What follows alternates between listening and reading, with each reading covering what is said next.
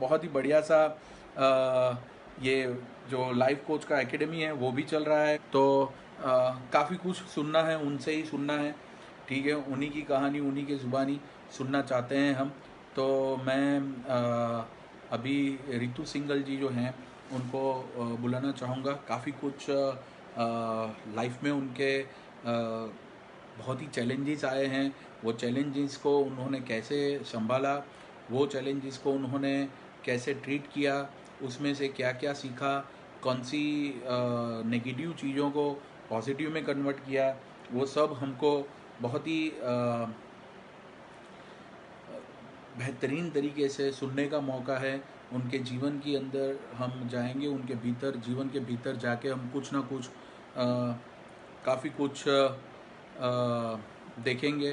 तो अभी हम उनको इनविटेशन तो मैंने भेज दिया है, ठीक है। और अभी मैं उनको ऐड करने के लिए भी जा रहा हूँ। ओके। तो रितु सिंगल जो हैं वो बहुत ही, सिंगल जी जो हैं वो बहुत ही बेहतरीन हैं। और उनको अभी मुझे ऐड करना है, मैं उनको ऐड करने के लिए जा रहा हूँ। मैं काफ़ी कुछ सवाल पूछने वाला हूँ, तो आई होप आप सब रेडी हो। Hi. Hello. Hi. Good evening ma'am. Good evening. Yeah, I hope I'm clear, audible. Yeah. या Okay. Yeah. Thank you so much for inviting. Thank you so much. Yeah. नहीं, शुक्रिया तो हमको करना चाहिए कि आप बहुत ही मैनेजमेंट हैं, काफ़ी चीज़ें आप संभालते हैं, फिर भी नहीं, उसमें से निकल के आप यहाँ पे आए हैं। तो शायद मेरा नेटवर्क हो रहा है, ऐसा मुझे uh, आपके बीच में थोड़ी सी वॉइस क्रैक हो रही है, हल्की सी। हाँ। तो अभी सही है? हाँ, अभी बेटर है। हाँ जी। अच्छा, या ठीक है। तो और मुझे लगता है कि आपके वहाँ भी थोड़ा सा हो रहा है। मेरी तरफ से हो रहा है। ओके। हाँ, मुझे ऐसा लगता है कि स्पीकर फोन या कोई स्पीकर आपने लगा के रखा है, उससे शायद ऐसा होता है। ऐसा कुछ आपने रखा है? नहीं, ऐसा होनी चाहिए। एक मिनट। हेलो, ठीक है। Is it better? Is it better? हाँ, अभी सही है, एकदम सही ओके, है। ठीक है, तो हम ऐसे बात कर लेते हैं। ठीक है। हाँ तो जी। हम शुरू करें। हाँ जी। हाँ जी। या तो पहली चीज़ ये है, वेलकम आपको। Thank you. Madam, thank you. आप मैनेजिंग डायरेक्टर हैं, बिजनेस वुमेन हैं, बिल्डर भी है, लाइफ कोच भी है। तो आप इतने सारे रोल कैसे निभाते हैं? और मुझे और एक चीज़ भी जानना है, आप आपका खुद का इंट्रोडक्शन दीजिए। आप कौन से शहर से हैं? क्योंकि मेरे तो काफ़ी लोग यहीं से हैं, अहमदाबाद से ही है, ठीक है। तो वो लोग को आपके बारे में मालूम पड़े, और उसके साथ साथ आपको जो अवार्ड्स मिले हैं और जो रिकॉग्निशन दिए गए हैं उसके बारे में बताइए प्लीज़ मैडम। या thank you so much. I am Ritu single. I am from Chandigarh. I in business. I my industry. I'm running real estate business, and I've written a book recently. A story can change your life. Yeah, and awards. One of the I believe that was a very. I felt honored and privileged to have that award. I got a Women Entrepreneur of the Year award by Economic Times ET Now. Yeah, from none other than Narayan Krishnan Murthy. He gave me, it was Pan India. So that was a big encouragement. And I am a gold medalist, LLB, LLM gold medalist. Then I got various awards I was nominated by Dainik Bhaskar. I got from various, institutes and media, and yeah, I got that. Actually, there was a story behind it why I got so many awards. Uh, yeah, so basically, I was a housewife for 16 years. Yeah, Oh, so yeah, till 2007, I was housewife. 16 years of marriage. I had two daughters, so they were 8 and 13 years old that time. So yeah, very unfortunate thing happened. My husband, he committed suicide. and the reason was that he had 60 crore loans and hundreds of court cases. So because we had reason from very humble background, so he couldn't tolerate, he couldn't believe that he can deal with it, he can really do away, and ultimately he gave up, he succumbed to that. So I started my journey from there, without understanding, realizing that if I can do something about it. But it was, God was kind, I must say. So somehow I could overcome that. So because of that, I was awarded these recognitions and awards by different organizations. Yeah. लेकिन ma'am ये है कि तब उस वक्त मैंने सुना है आपने जो बोला 60 करोड़ के लोन चुकाने थे और आपके साथ आपकी 2 बेटियां थे, तो सबसे पहले आपके दिमाग में तब क्या, दिमाग में सबसे पहले क्या आया? ऐसा हादसा हुआ तब सबसे पहले क्या आया दिमाग में? कुछ मतलब कुछ दिन तो समझ में ही नहीं आ रही थी कि क्या हुआ.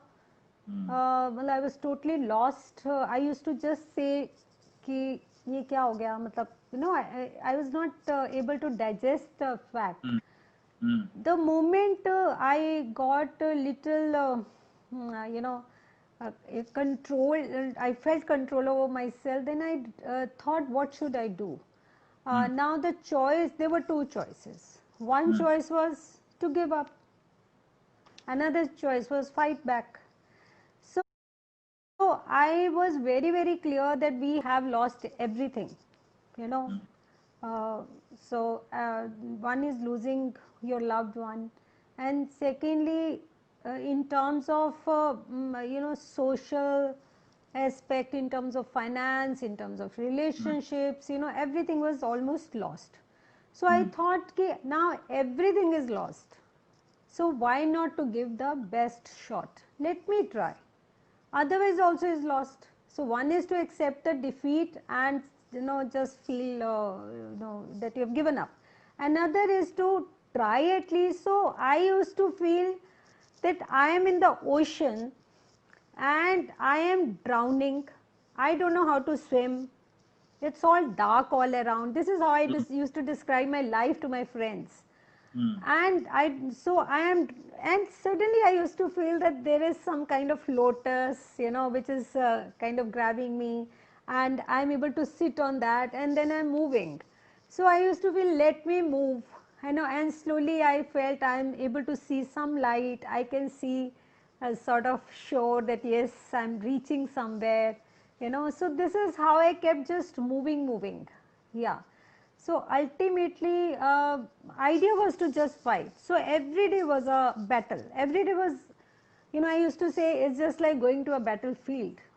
Going to office was as good as, because every day I will get new legal notice lying on my table. So new battle. I did not understand A, B, C of business.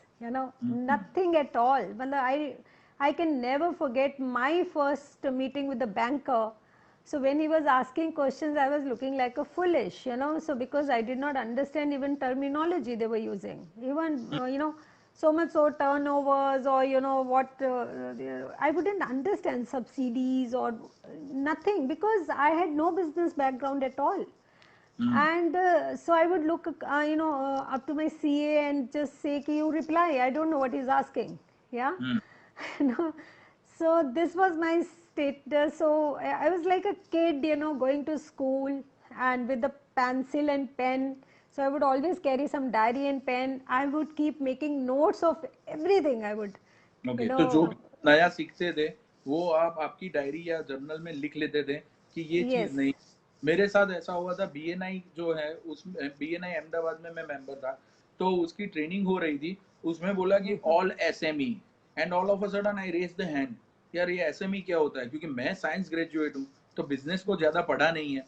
फिर मालूम पड़ा कि small medium enterprise जो होते हैं उसको SME बोलते हैं. अच्छा मैडम, क्या आपको कभी भी आत्महत्या करने जैसे ख्याल आए थे? नहीं आया। हालांकि जो मेरे आसपास लोग थे उनको ज़रूर लगता था कि ये भी शायद ऐसा कुछ कर लेगी, क्योंकि उनको पता था हालात कितने ख़राब है।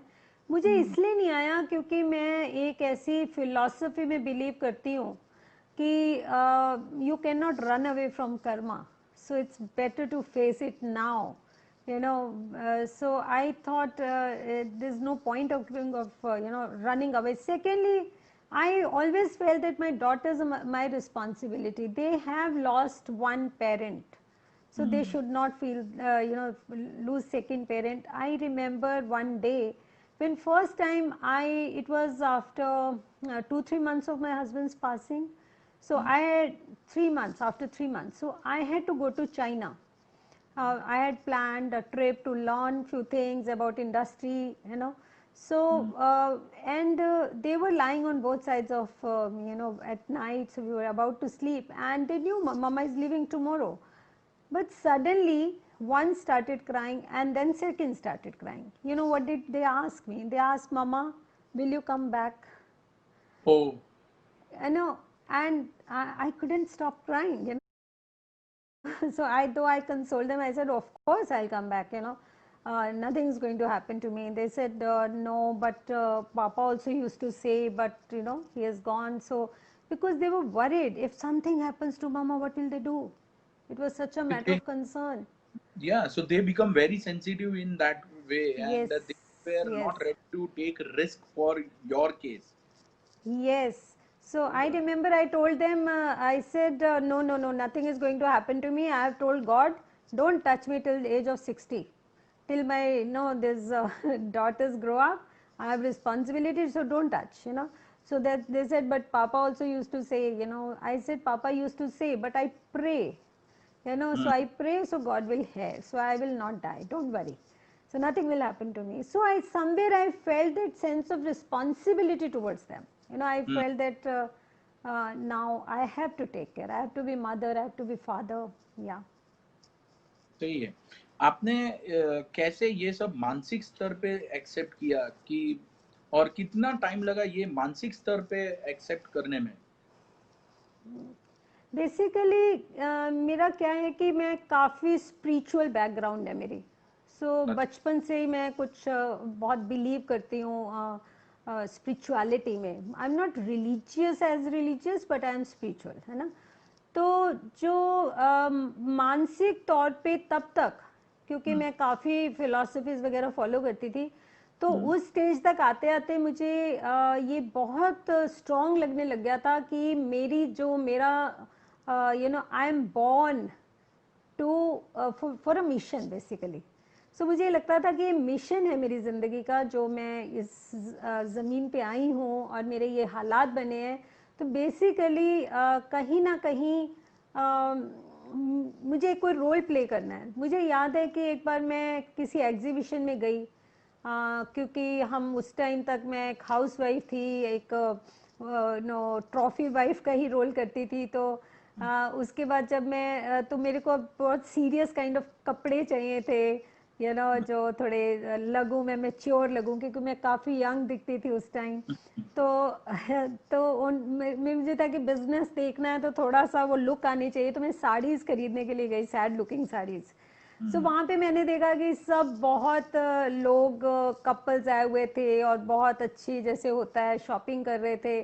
तो एक बार के लिए मन में बहुत उदासी सी आई, मुझे मिस किया मैंने अपनी ज़िंदगी का वो हिस्सा। पर अगले मोमेंट मैंने अपने आप को बोला कि रितु, भगवान ने एक नया रोल दिया है, प्ले योर रोल वेल।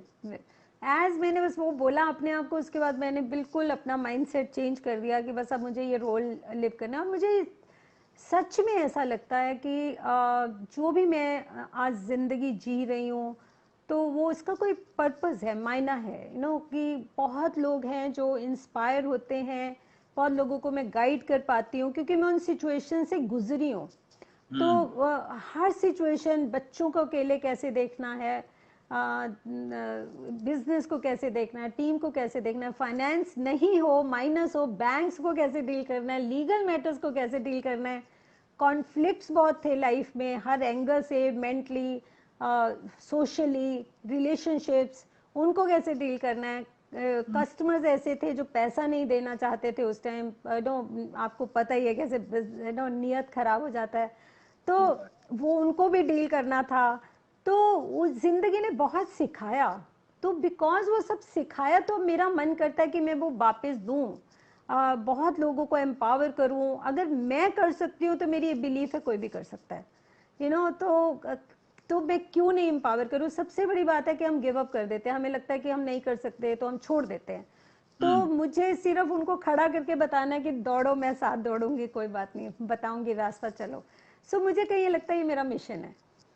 तो मैडम ये तो बहुत बढ़िया बात आपने बता दी, यानी हर किसी के लाइफ में कोई हैंडीकैप है, कोई गूंगा है, बहरा है, अंधे हैं, जो चल फिर नहीं सकते हैं, उन लोगों के जन्म के पीछे भी कोई ना कोई वजह है, और वही वजह को आपने मिशन बना दिया, और आप यहाँ पे हमको भी अभी इंस्पायर कर रहे हैं।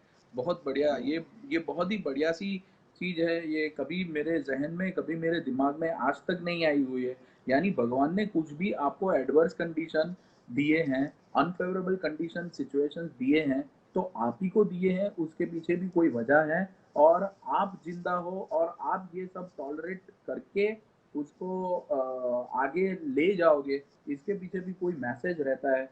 तो ये तो बहुत ही गहरी सोच है। और एक और चीज आप बता रहे थे तो मेरे दिमाग में आया कि आप क्या समझते हैं, जो रिलीजियलिटी और स्पिरिचुअलिटी, ये दोनों में क्या फर्क रहता है, अगर आप समझा पाए तो प्लीज।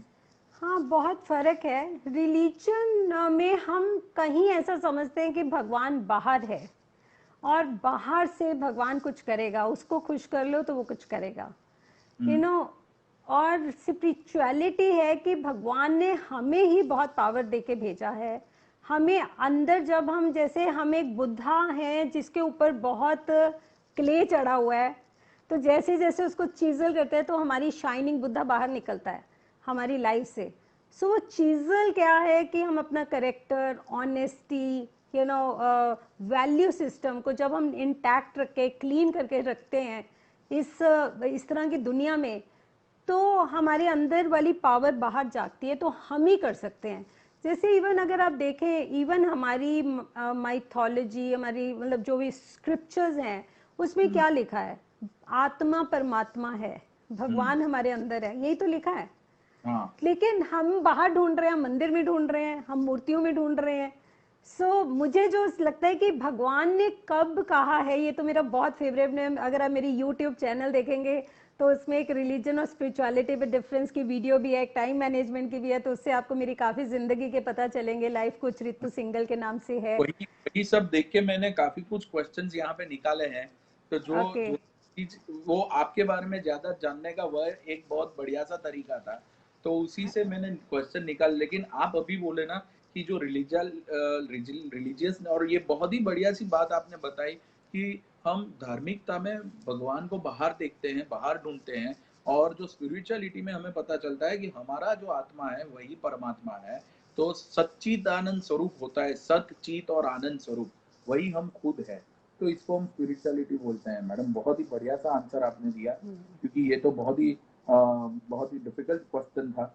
अच्छा, और कितना वक्त लगा था आपको अपने आप को संभालने में? हाँ, मुझे ऐसा लगता है कि मैंने ज़्यादा वक्त लिया नहीं, बस मैं चलना शुरू कर दिया बिना ज़्यादा सोचे समझे। जैसे क्योंकि एक तो हालात बहुत ख़राब थे, बहुत केसेस हो रहे थे, हमारी जो टीम है वो छोड़ती जा रही थी। जो हम्म। हमारे बहुत अच्छे कोर टीम के मेंबर थे, जो हमारे साथ खड़े थे, लेकिन वो भी इतना घबरा चुके थे कि उनको ये नहीं समझ आ रहा था कि अब इस कंपनी का होगा क्या।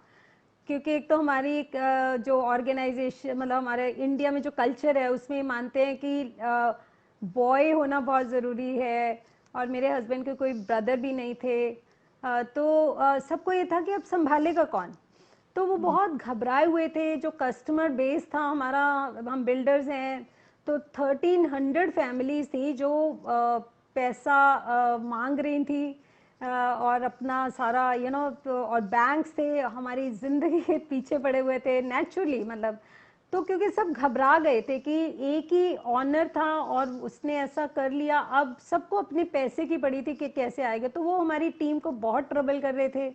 तो इतना कुछ फैला हुआ था कि वो सब घबराए, तो मैंने सिर्फ यही, मुझे कुछ समझ नहीं आता था, कुछ पता नहीं था।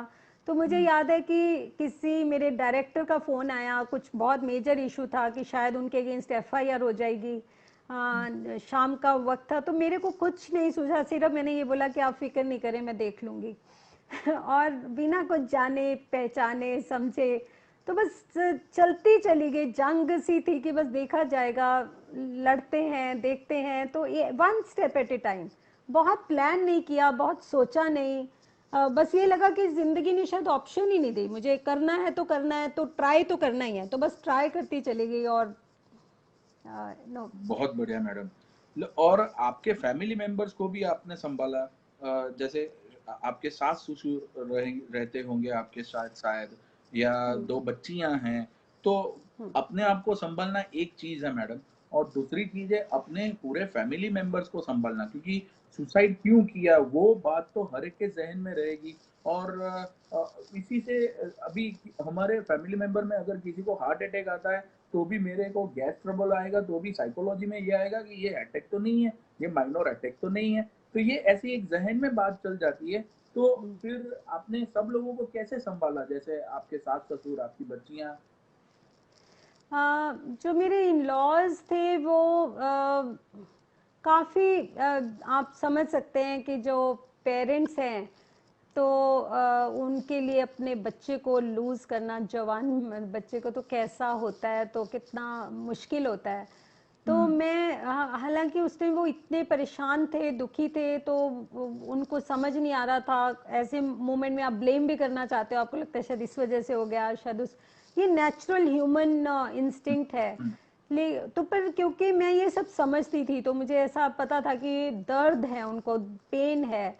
और मुझे ऐसे लगता था, देखिए पेन तो सबकी है, पेन तो पेरेंट्स की अपनी है, वाइफ की, बच्चों की, सबकी है, लेकिन मुझे पता था कि पेरेंट्स से ऊपर पेन नहीं किसी का हो सकता, सही है। क्योंकि उनके सामने लुक फॉरवर्ड करने को, मेरे सामने मेरे बच्चे थे लुक फॉरवर्ड करने को, उनके हाँ। सामने तो कुछ नहीं है ना। तो एक बहुत, तो मैं ये समझती थी, तो मैंने बस उनको मैं यही बोला करती थी कि आपको जब ज़रूरत हो मैं खड़ी हूँ, मैं आपके साथ हूँ। तो ऐसे ही सपोर्ट कर सकती थी, किया जितना कर सकती थी। और बच्चों को तो मैंने पूरा ही, मतलब पता नहीं, मतलब माँ बाप सब बन गई मैं, पूरी हिम्मत दी, और उनको मतलब कमज़ोर नहीं मैंने होने दिया बिल्कुल भी। और उनके सामने मैं बिल्कुल स्ट्रांग रहती थी। कभी मैंने रोना या कुछ, बहुत कोई रेयर मोमेंट्स आए जब थोड़ी हिम्मत, कभी ऐसा हार भी जाती थी, पर बहुत छोटी देर के लिए, फिर अगले दिन फिर वैसे ही खड़े होके फिर जंग लड़ना है, कोई बात नहीं। तो आज अगर देखा जाए तो बच्चे, मतलब मुझे याद है कि कैसे अभी भी वो ना मुझे इंसिडेंट्स बताएंगे कि मम्मा देखो आपने तब ऐसे किया था ना, तो हमने इससे ये सीखा, मम्मा आपने ऐसे किया। हालांकि अब वो बहुत बड़े हो गए हैं, अभी परसों ही मेरी यूएस में डॉटर है, उसका फ़ोन आया, तो शी सेड मम्मा, मैं कोई सेशन अटेंड कर रही थी स्टैनफोर्ड यूनिवर्सिटी के कोई प्रोफेसर का, तो वो कह रहे थे पेरेंट्स आर ट्रू लीडर्स। तो कहते I just wanted to say you are are true leader. So it's a great thing, मतलब आई फेल्ट कि मैं बच्चों को जो वैल्यू सिखानी चाहिए और सिखा रही हूँ, बस वही उसी की वो है। तो जिसमें सबसे बड़ी है कि उनको सिखाना था मुझे कि आपने कभी ज़िंदगी में हार नहीं माननी, मतलब घबराना नहीं है, कोई बात नहीं, यू नो। सो इस तरह से, मतलब वो था, वैल्यूज़ देने पे मैंने बहुत जोर दिया बच्चों को कि बच्चों में वैल्यूज़ होनी चाहिए। मैं समझती हूँ कि अगर रूट स्ट्रांग है बच्चों की, तो फिर वो जैसे आंधी आए तूफान आए खड़े हो जाएंगे। और अगर रूट्स कमज़ोर हैं तो आंधी, छोटी सी आंधी से भी वो गिर जाएंगे। और ज़िंदगी में आंधियाँ तो चलती ही रहनी है, मतलब छोटी बड़ी सब, कभी बॉस ऐसे हो गया, कभी कलीग्स हो गए, कभी फ्रेंड्स हो गए, कभी रिलेशंस हो गए। तो इसलिए मेरा एक ही वो था कि बस रूट्स इनकी अच्छी होनी चाहिए। तो वैल्यूज़ में मैंने बहुत वो रखा रादर देन अदर थिंग्स, या तो ये बहुत बढ़िया सी आपने बात बताई कि पेरेंटिंग में वैल्यूज ज़्यादा देंगे तो उनकी जड़ें बहुत ही मजबूत रहेंगी। जितनी जड़ें मजबूत रहेगी उतने वो लाइफ में प्रैक्टिकल रहेंगे, और आगे कोई भी आंधी तूफान कुछ भी आ जाए उसका वो सामना अच्छे से कर पाएंगे। बहुत अच्छा। अभी आप राइट। एलएलबी और एलएलएम किए हैं शादी से पहले, हम्म। उससे कुछ फायदा मिला ये बाद में? एक तो मेरा मेरा मानना है एलएलबी एलएलएम वाले को आर्गुमेंट करने बहुत अच्छे आते हैं, ठीक है? तो वो फिर धंधे में भी काम में आते हैं, कभी कभी आर्गुमेंट में भी काम में आ जाते हैं, लेकिन उससे आपको ये बिजनेस में कोई फायदा हुआ क्या? उसमें सबसे बड़ा फायदा ये हुआ कि लोग मेरी डिग्री से डरते थे। तो तो जो लोग चीटिंग करना भी चाहते थे तो उनको जब पता चलता था कि मैडम ने मास्टर ऑफ लॉ किया हुआ है, गोल्ड मेडलिस्ट है, तो वो इससे डरते थे। हालांकि मुझे ये पता है कि जो कोर्ट्स हैं उसमें कुछ नहीं होता, मतलब बहुत बेकार है। मैं आज भी अगर मेरे से कोई पूछे, मैं कहूँगी अगर आपको 95% मिलता है, 5% छोड़ना भी पड़ता है तो छोड़ दो, कोर्ट कोर्ट मत जाओ।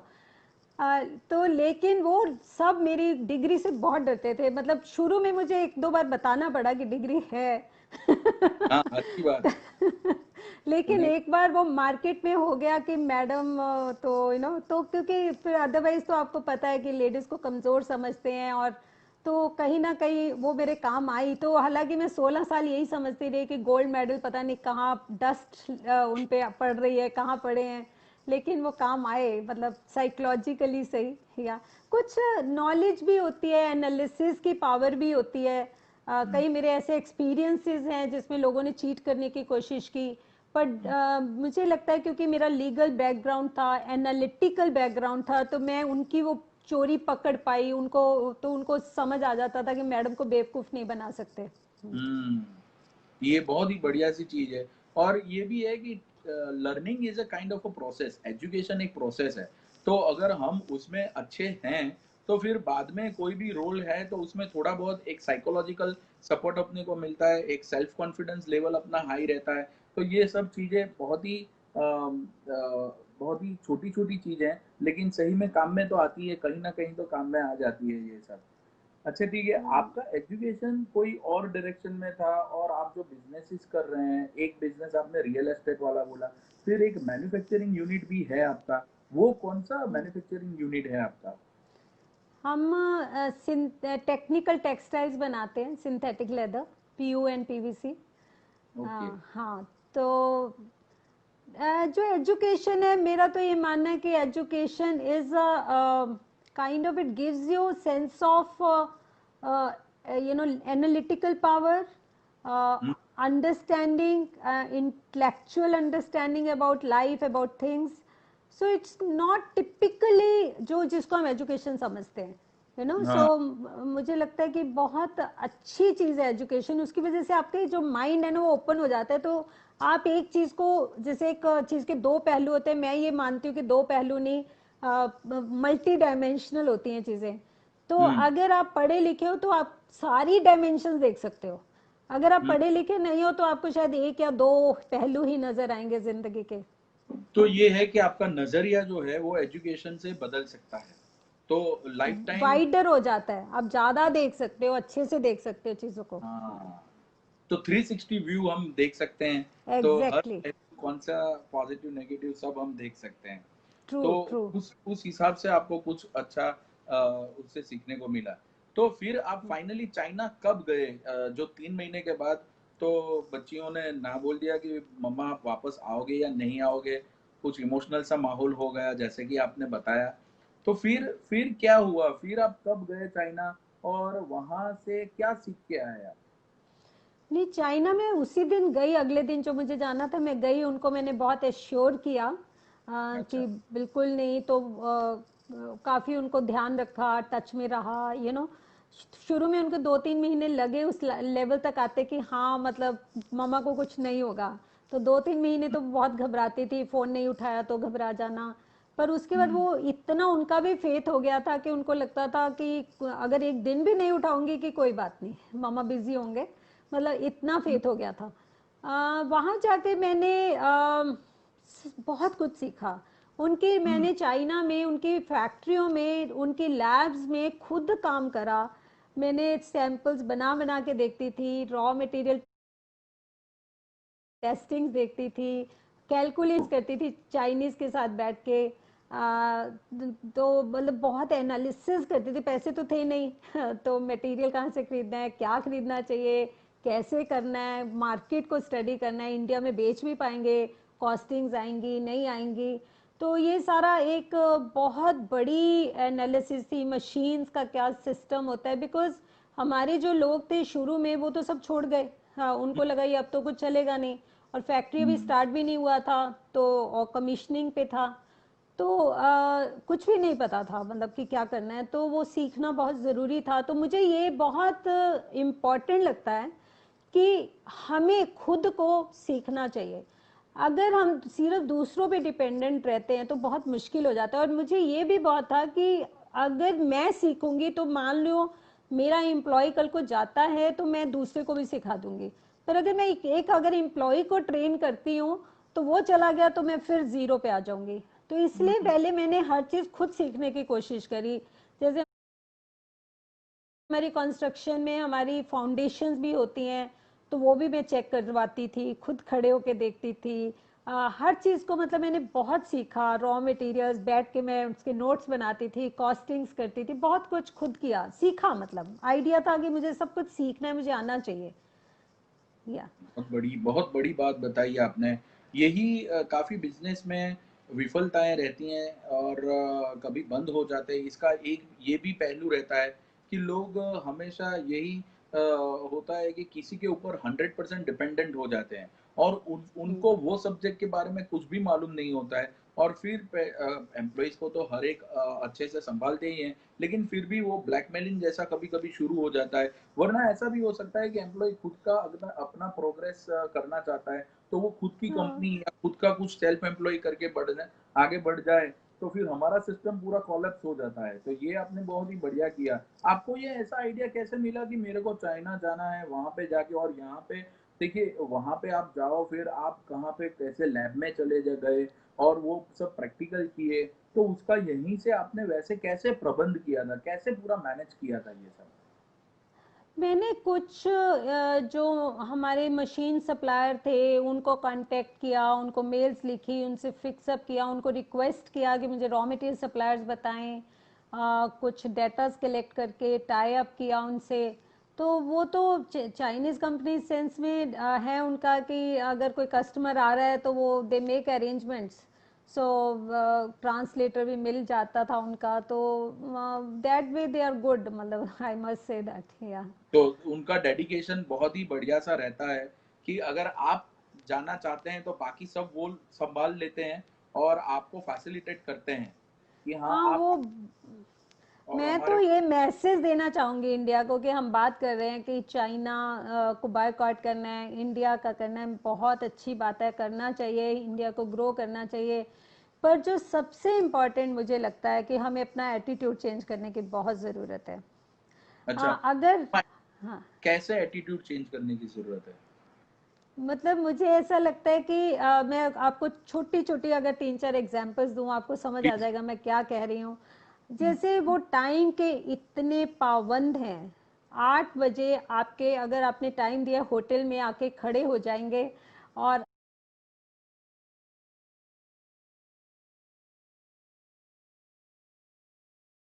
आपको वो लेके जाएंगे अपने साथ, और एग्जैक्ट मतलब उनका डॉट है, मतलब 8 के अगर 7 बजे 8 बजे वहां पहुंचना है।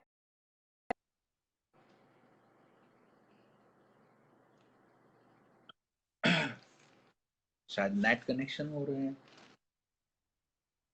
नेट में लैग आ रहा है, तो क्या पता, देखते हैं क्या होता है। मैडम का नेट कनेक्ट हो, ठीक है, तो मैडम का कनेक्शन में कुछ प्रॉब्लम होगा। तो बहुत ही बढ़िया सी बात कर रहे हैं मैडम, काफ़ी एटीट्यूड चेंज करने हैं अपने को और बहुत ही बड़ी बात बताई उन्होंने। मैं एक बार फिर से कोशिश करता हूँ उनसे जुटने के लिए, ठीक है? तो आप मेरे साथ रहिए, बहुत ही बढ़िया सी बात चल रही है, ठीक है? और मैंने तो कभी ऐसा जैसी इन्हें इन लोग इन्होंने जैसी जिंदगी जी रहे हैं, ने सोची तक नहीं है ऐसी जिंदगी, ठीक है ना। तो एक बार वापस मैं उनको ऐड करने की ट्राई कर रहा हूँ। ओके,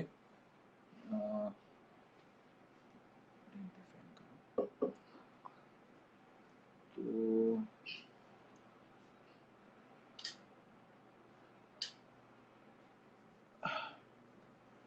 क्या होता है, अभी इंटरनेट कनेक्शन का प्रॉब्लम है उनकी तरफ से, ठीक है। वो जैसे ही लाइव इसमें आ जाएंगे मैं, लेकिन बहुत ही बढ़िया सी बात उन्होंने बताई कि चाइना के जो लोग हैं वो काफ़ी फैसिलिटेट करते हैं, और एक बार बिजनेस आता है तो वो लोग सब प्रबंध कर लेते हैं, तो वो भी बहुत बढ़िया सी बात है, ठीक है। और एक चीज़ उन्होंने बताई कि उनके पति ने सुसाइड किया था और उसके 3 महीने में ही वो चाइना चले गए थे। ये जो उनका डेडिकेशन है बिजनेस को सीखने के लिए कि क्या होता है, कैसा होता है, और वो किसी और को हायर करने के पोजीशन में नहीं थे।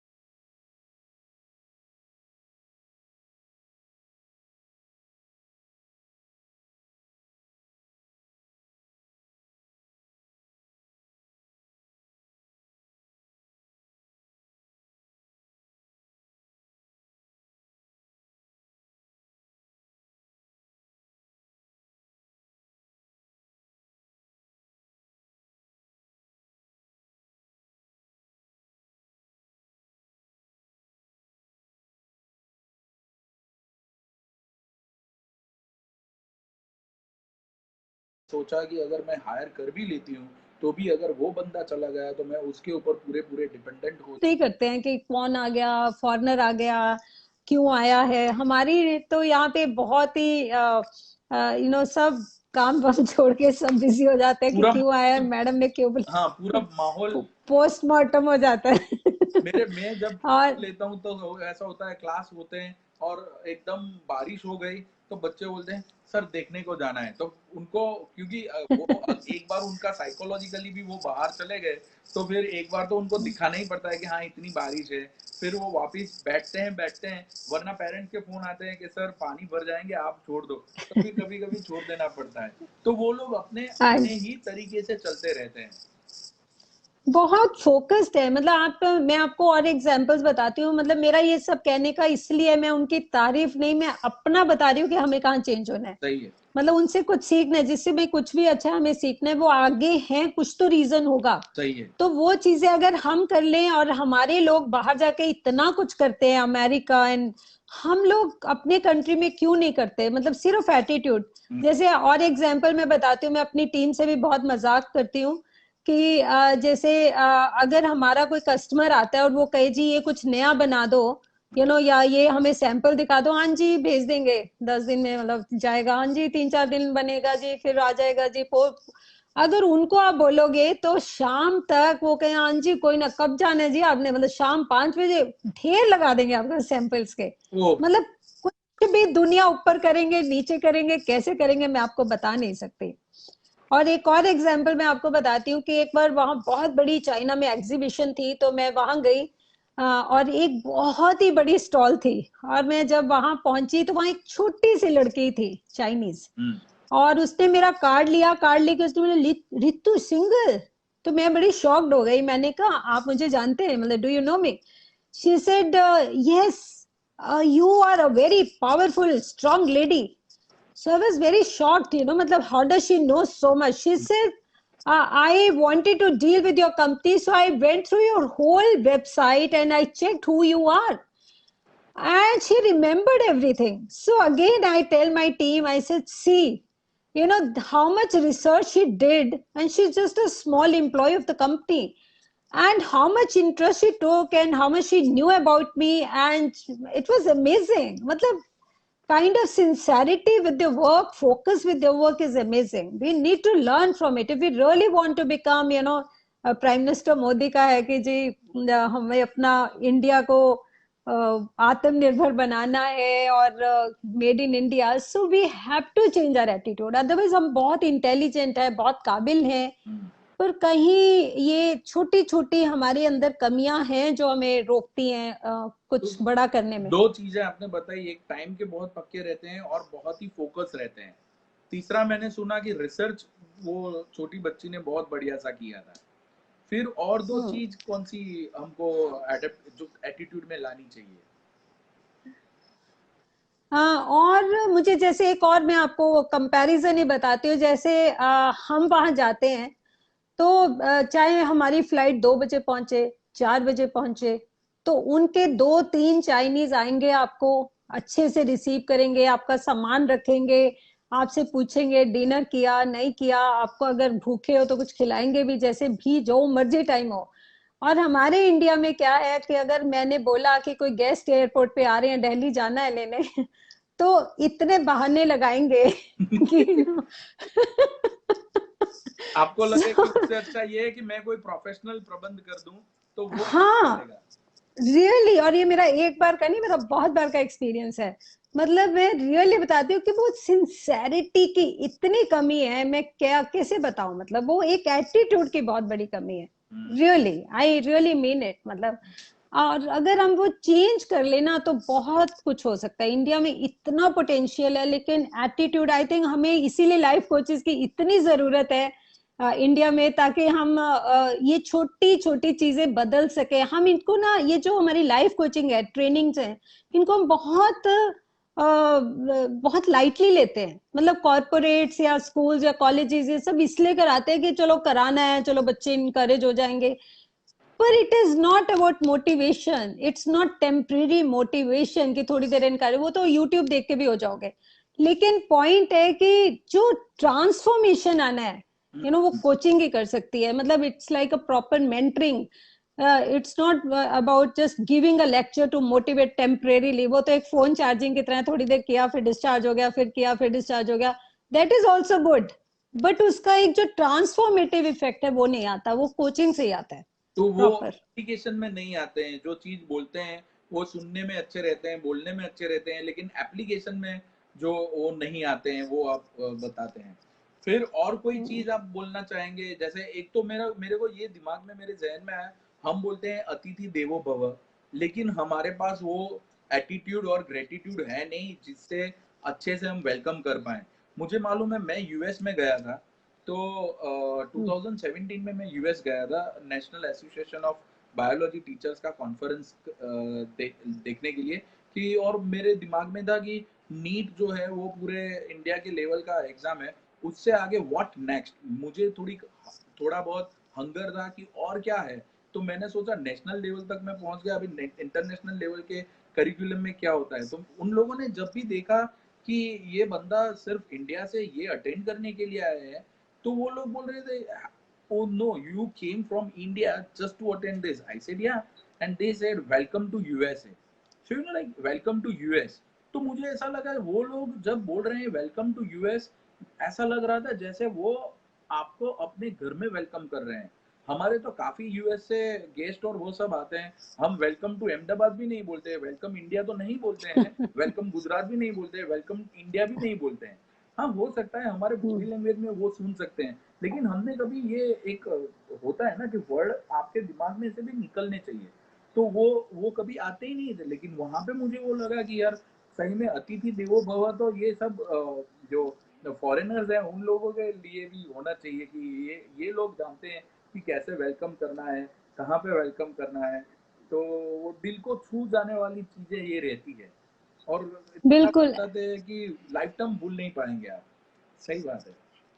एक और मुझे इंसिडेंट बहुत याद आता है चाइना का. जब मैं पहली बार चाइना गई तो मैं ना, वहां पे हमारे लेदर होता है, सिंथेटिक लेदर, तो मैं एग्जीबिशन में थी, तो मैं वहां एक सिंथेटिक लेदर को टच करने की कोशिश की. तो जैसे उस चाइनीज ने देखा, उसने बोला not for India, not for India. So मुझे तब समझ नहीं आया कि इसने मेरी शक्ल देख के और ये क्या बोला नॉट फॉर इंडिया, ये क्या था। हम्म। पर जैसे जैसे मैं बिजनेस में गई तो मुझे समझ में आया वो क्योंकि हम इंडियंस वैसी क्वालिटी खरीदते ही नहीं है। हम इंडियन सिर्फ सस्ता देखते हैं और कम पैसे का, हमारा माइंड सेट इतना अलग है। हम वो जो उसमें इतनी वो चाहिए, टेक्निकल स्पेसिफिकेशन चाहिए, वो हम देखते ही नहीं। हम तो सिर्फ प्राइस की बात करते हैं। तो मतलब बहुत सारी चीजें जो हमें सीखनी है, जो हमें चेंज करनी है, अगर हमें इंडिया को रियली कैपेबल बनाना है। सही है, सही है। तो आप जब जैसे ये आप चाइना चले गए तो वो आप कितनी बार गए हैं चाइना यानी? बहुत बार गई हूँ, अब तो काउंट ही भूल गए। अच्छा, बहुत बार गई हूँ। मैं गोवा ही उतनी बार गया हूँ, लेकिन चाइना मुझे मालूम मैं कभी भी नहीं गया हूँ। यानी 7-8 बार आप गए होंगे, आपको याद भी नहीं है। ज्यादा ही गई हूँ क्योंकि अब तो 13 साल हो गए हैं, तो 13 साल में कम से कम 13 बार तो पक्का ही गई होंगी, 13-15 बार। बहुत। शुरू में तो ज्यादा ही जाते थे, ज्यादा ही गई होंगी, 20 बार गई होंगी। हम्म। हम्म। तो वहाँ ये सब आपका यानी आपका सक्सेसफुल रहा एक बार का ट्रिप, और आपको मिला जो आपको चाहिए था, तो आप बार बार जाते रहे और वहीं से सीख के आप आते थे और यहाँ पे आपका यूनिक कोई प्रोडक्ट बनाते थे, ऐसा रहता था। हाँ, ऐसा रहता था। जैसे शुरू में हमारा मुझे ध्यान है कि जो मेरे हस्बैंड सोचते थे कि बहुत जो चाइना में बहुत बिकता है, हम वो ही बनाएंगे। पर जब मैंने कैलकुलेट किया तो मुझे लगा कि जो 100 रुपए में चाइना से आता है, वो मैं तो 200 से कम बेच नहीं सकती, 150 से कम तो बिल्कुल नहीं बेच सकती। हम्म। तो मैंने इन चीजों को समझा, फिर मैंने ऐसी अपनी प्रोडक्ट्स को चूज किया जो चाइना भी 400 में बेचता है और मैं भी 400 में बेच सकती हूँ। तो मैंने वो जो सस्ती चीजें थी जिनमें कंपटीशन था, उनको मैंने अपनी लिस्ट से निकाल दिया कि मैं उससे कभी भी compete नहीं कर पाऊंगी चाइना से। हम्म। हो ही नहीं सकता, उनके वॉल्यूम्स इतने ज्यादा हैं उनकी। तो उनकी टेक्नोलॉजी, उनके रॉ मटेरियल्स उनके हैं, सब कुछ पास पास है, हमें चाइना से मंगाना है रॉ मटेरियल, तो मैं नहीं कर पाऊंगी। तो मैंने ये समझ लिया था। तो मैंने उन्हीं चीजों में हाथ डाला जो मुझे लगा कि चाइना को ज्यादा इंटरेस्ट नहीं है उसको बनाने में, क्योंकि उनके वॉल्यूम ज्यादा नहीं है। वो तो चाहते हैं कि चीज मशीन पे चलती रहे और वो इकट्ठी निकल जाए। तो मैंने उन चीजों को पकड़ा जो स्पेशल थी, हम्म। बहुत बढ़िया, बहुत। निश प्रोडक्ट्स। यानी बहुत अच्छा सा एनालिसिस करके आपने डिसीजन ले लिया। बहुत बढ़िया। आपने आपके फैमिली और बिजनेस सब में कंट्रोल कैसे पाया? यानी बिजनेस में कंट्रोल पाना तो बहुत बहुत ही बड़ी चीज रहती है। तो आपने आपके जो एम्प्लॉयज थे, जो हायर कैटेगरी वाले, जो हायर डेजिग्नेशन वाले एम्प्लॉयज थे, उनके उनको ट्रस्ट में रखना और उनके ऊपर कंट्रोल रखना कि जिससे वो लोग आपके कहने में रहे, या कुछ अच्छा सा जो हेल्दी कम्युनिकेशन होना चाहिए वैसा हो सके, वैसा आपने कैसे किया? मैंने कभी अपनी टीम को पहले तो कभी मैंने मैनेजिंग डायरेक्टर की तरह नहीं समझा शुरू से ना। मुझे यही था, पहले तो मुझे यही था कि मुझे इनसे सीखना है, मुझे तो नहीं आता है। हम्म। तो मैं इन लोगों को, उनसे सबका ओपिनियन लेती थी हर बात में। मतलब सबको टीम बुला के मीटिंग में सबका ओपिनियन नोट करती थी, प्रोस एंड कॉन्स डिस्कस करती थी, जो मन में थॉट्स आती थी वो डिस्कस करती थी, पॉइंट्स बनाती थी। फिर मैं उनको डिसीजन लेती थी कि हाँ इसका ये है। तो मैं अपनी टीम को साथ लेके चलती थी, तो हमने एक फैमिली की तरह आगे इकट्ठे चले। तो जहां हमारा डिफरेंस ऑफ ओपिनियन भी होता था, जैसे एक बहुत इंटरेस्टिंग बात है कि हमारे फ्लैट हम बेचते थे, हमारा कंस्ट्रक्शन का काम था। तो 2008 तक तो हमारी कोर्ट में केसेस चल रहे थे, तो कंस्ट्रक्शन बंद थी और लोग बहुत ट्रबल करते थे। 2008 में हमारा सितंबर में हमारा केस सॉल्व हुआ कोर्ट से, तो मैं केस जीती, तो हमारा कंस्ट्रक्शन शुरू हुआ। तो उस तब रिसेशन शुरू हो गया 2008 में। हम्म। तो हमें तो बहुत अर्जेंसी थी, बेचना था और पैसे लेने थे। तो मैंने अपने जो टीम के हमारे हेड थे उनसे बात की, तो मैंने मतलब थोड़ा समझा और मैंने उनको बोला कि ये सैंपल फ्लैट जो है ना, इसका इंटीरियर करके एक बार दिखाते हैं तो शायद सेल कुछ बेटर होगी, कुछ है ना। तो उन्होंने, क्योंकि उनका अपना एक एक्सपीरियंस था 10 साल से, तो उन्होंने बोला नहीं मैडम, ये तो अगर आप उसमें इंटीरियर करोगे तो रूम और भी छोटा दिखेगा ना, तो ये एक अच्छा आइडिया नहीं है। तो मुझे लगा कि वो कह रहे हैं तो ठीक ही कह रहे होंगे, उनका इतना ज्यादा एक्सपीरियंस है उनको नो। तो ऐसे करते 6 महीने कुछ ऐसे बीत गए। हम्म 6 महीने बाद फिर मुझे लगा कि सेल नहीं बढ़ रही है, तो करके तो देखे शायद।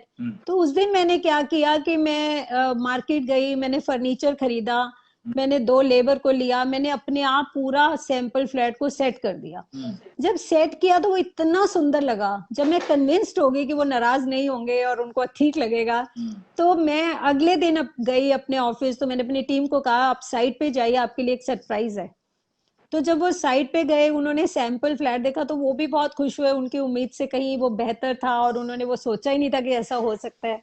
तो उससे हमारी सेल्स काफी इंप्रूव हुई। तो क्योंकि मैंने उनको कॉन्ट्राडिक्ट नहीं किया, क्योंकि मैंने उनको चैलेंज नहीं किया, मैंने पहले खुद करके देखा, मुझे ठीक लगा और तब मैंने उनको किया, तो धीरे धीरे उनके मन में मेरे लिए रिस्पेक्ट बढ़ गई कि जो मैडम सोचती हैं ठीक है, ठीक करती हैं, ये रिस्पेक्ट से करती हैं। तो इस तरह से मतलब कुछ ऐसे लेते गए कि तो मतलब टीम अल्टीमेटली एक फैमिली की तरह बन गई हमारी, और बहुत अच्छा एनवायरनमेंट था।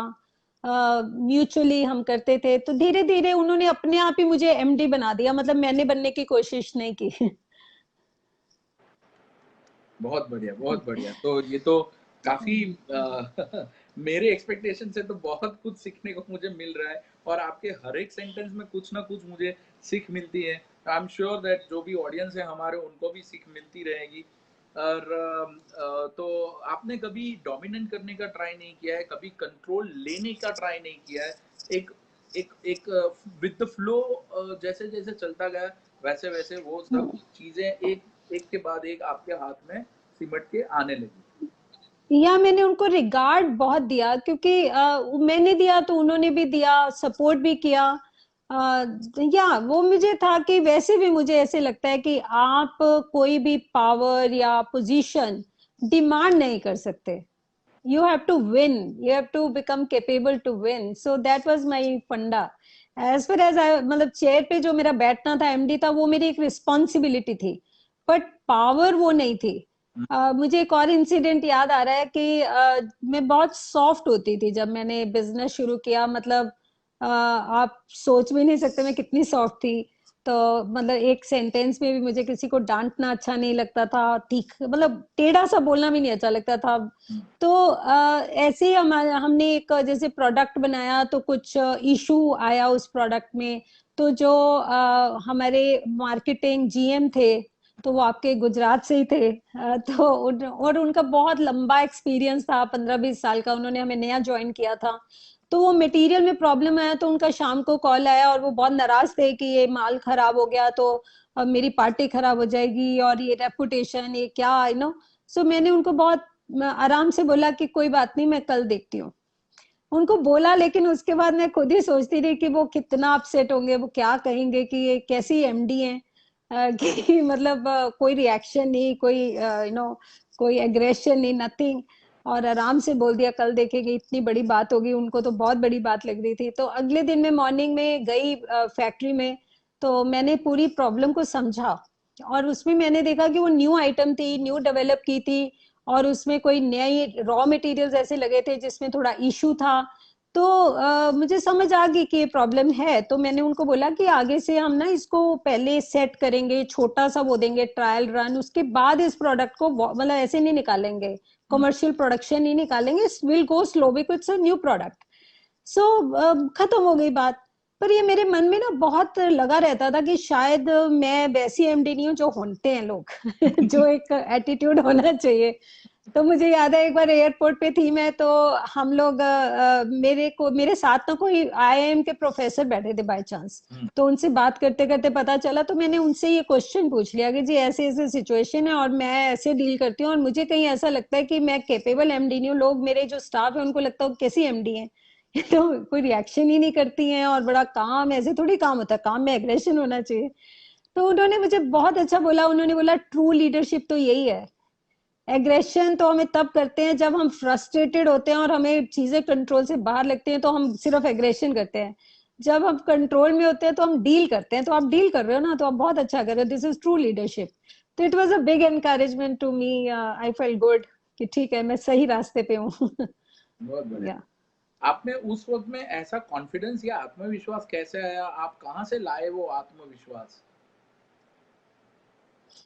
मुझे लगता है जैसे जैसे मैं सीखती गई, जैसे जैसे मैं एक एक स्टेप लिया, जैसे जैसे हर दिन कुछ हल्का सा बदला, चाहे वो टीम का एटीट्यूड बदला, चाहे एक चीज नई सीखी या कुछ, वो अपने आप आता गया। क्योंकि मैं कोई ईगो के साथ तो गई नहीं बिजनेस कर,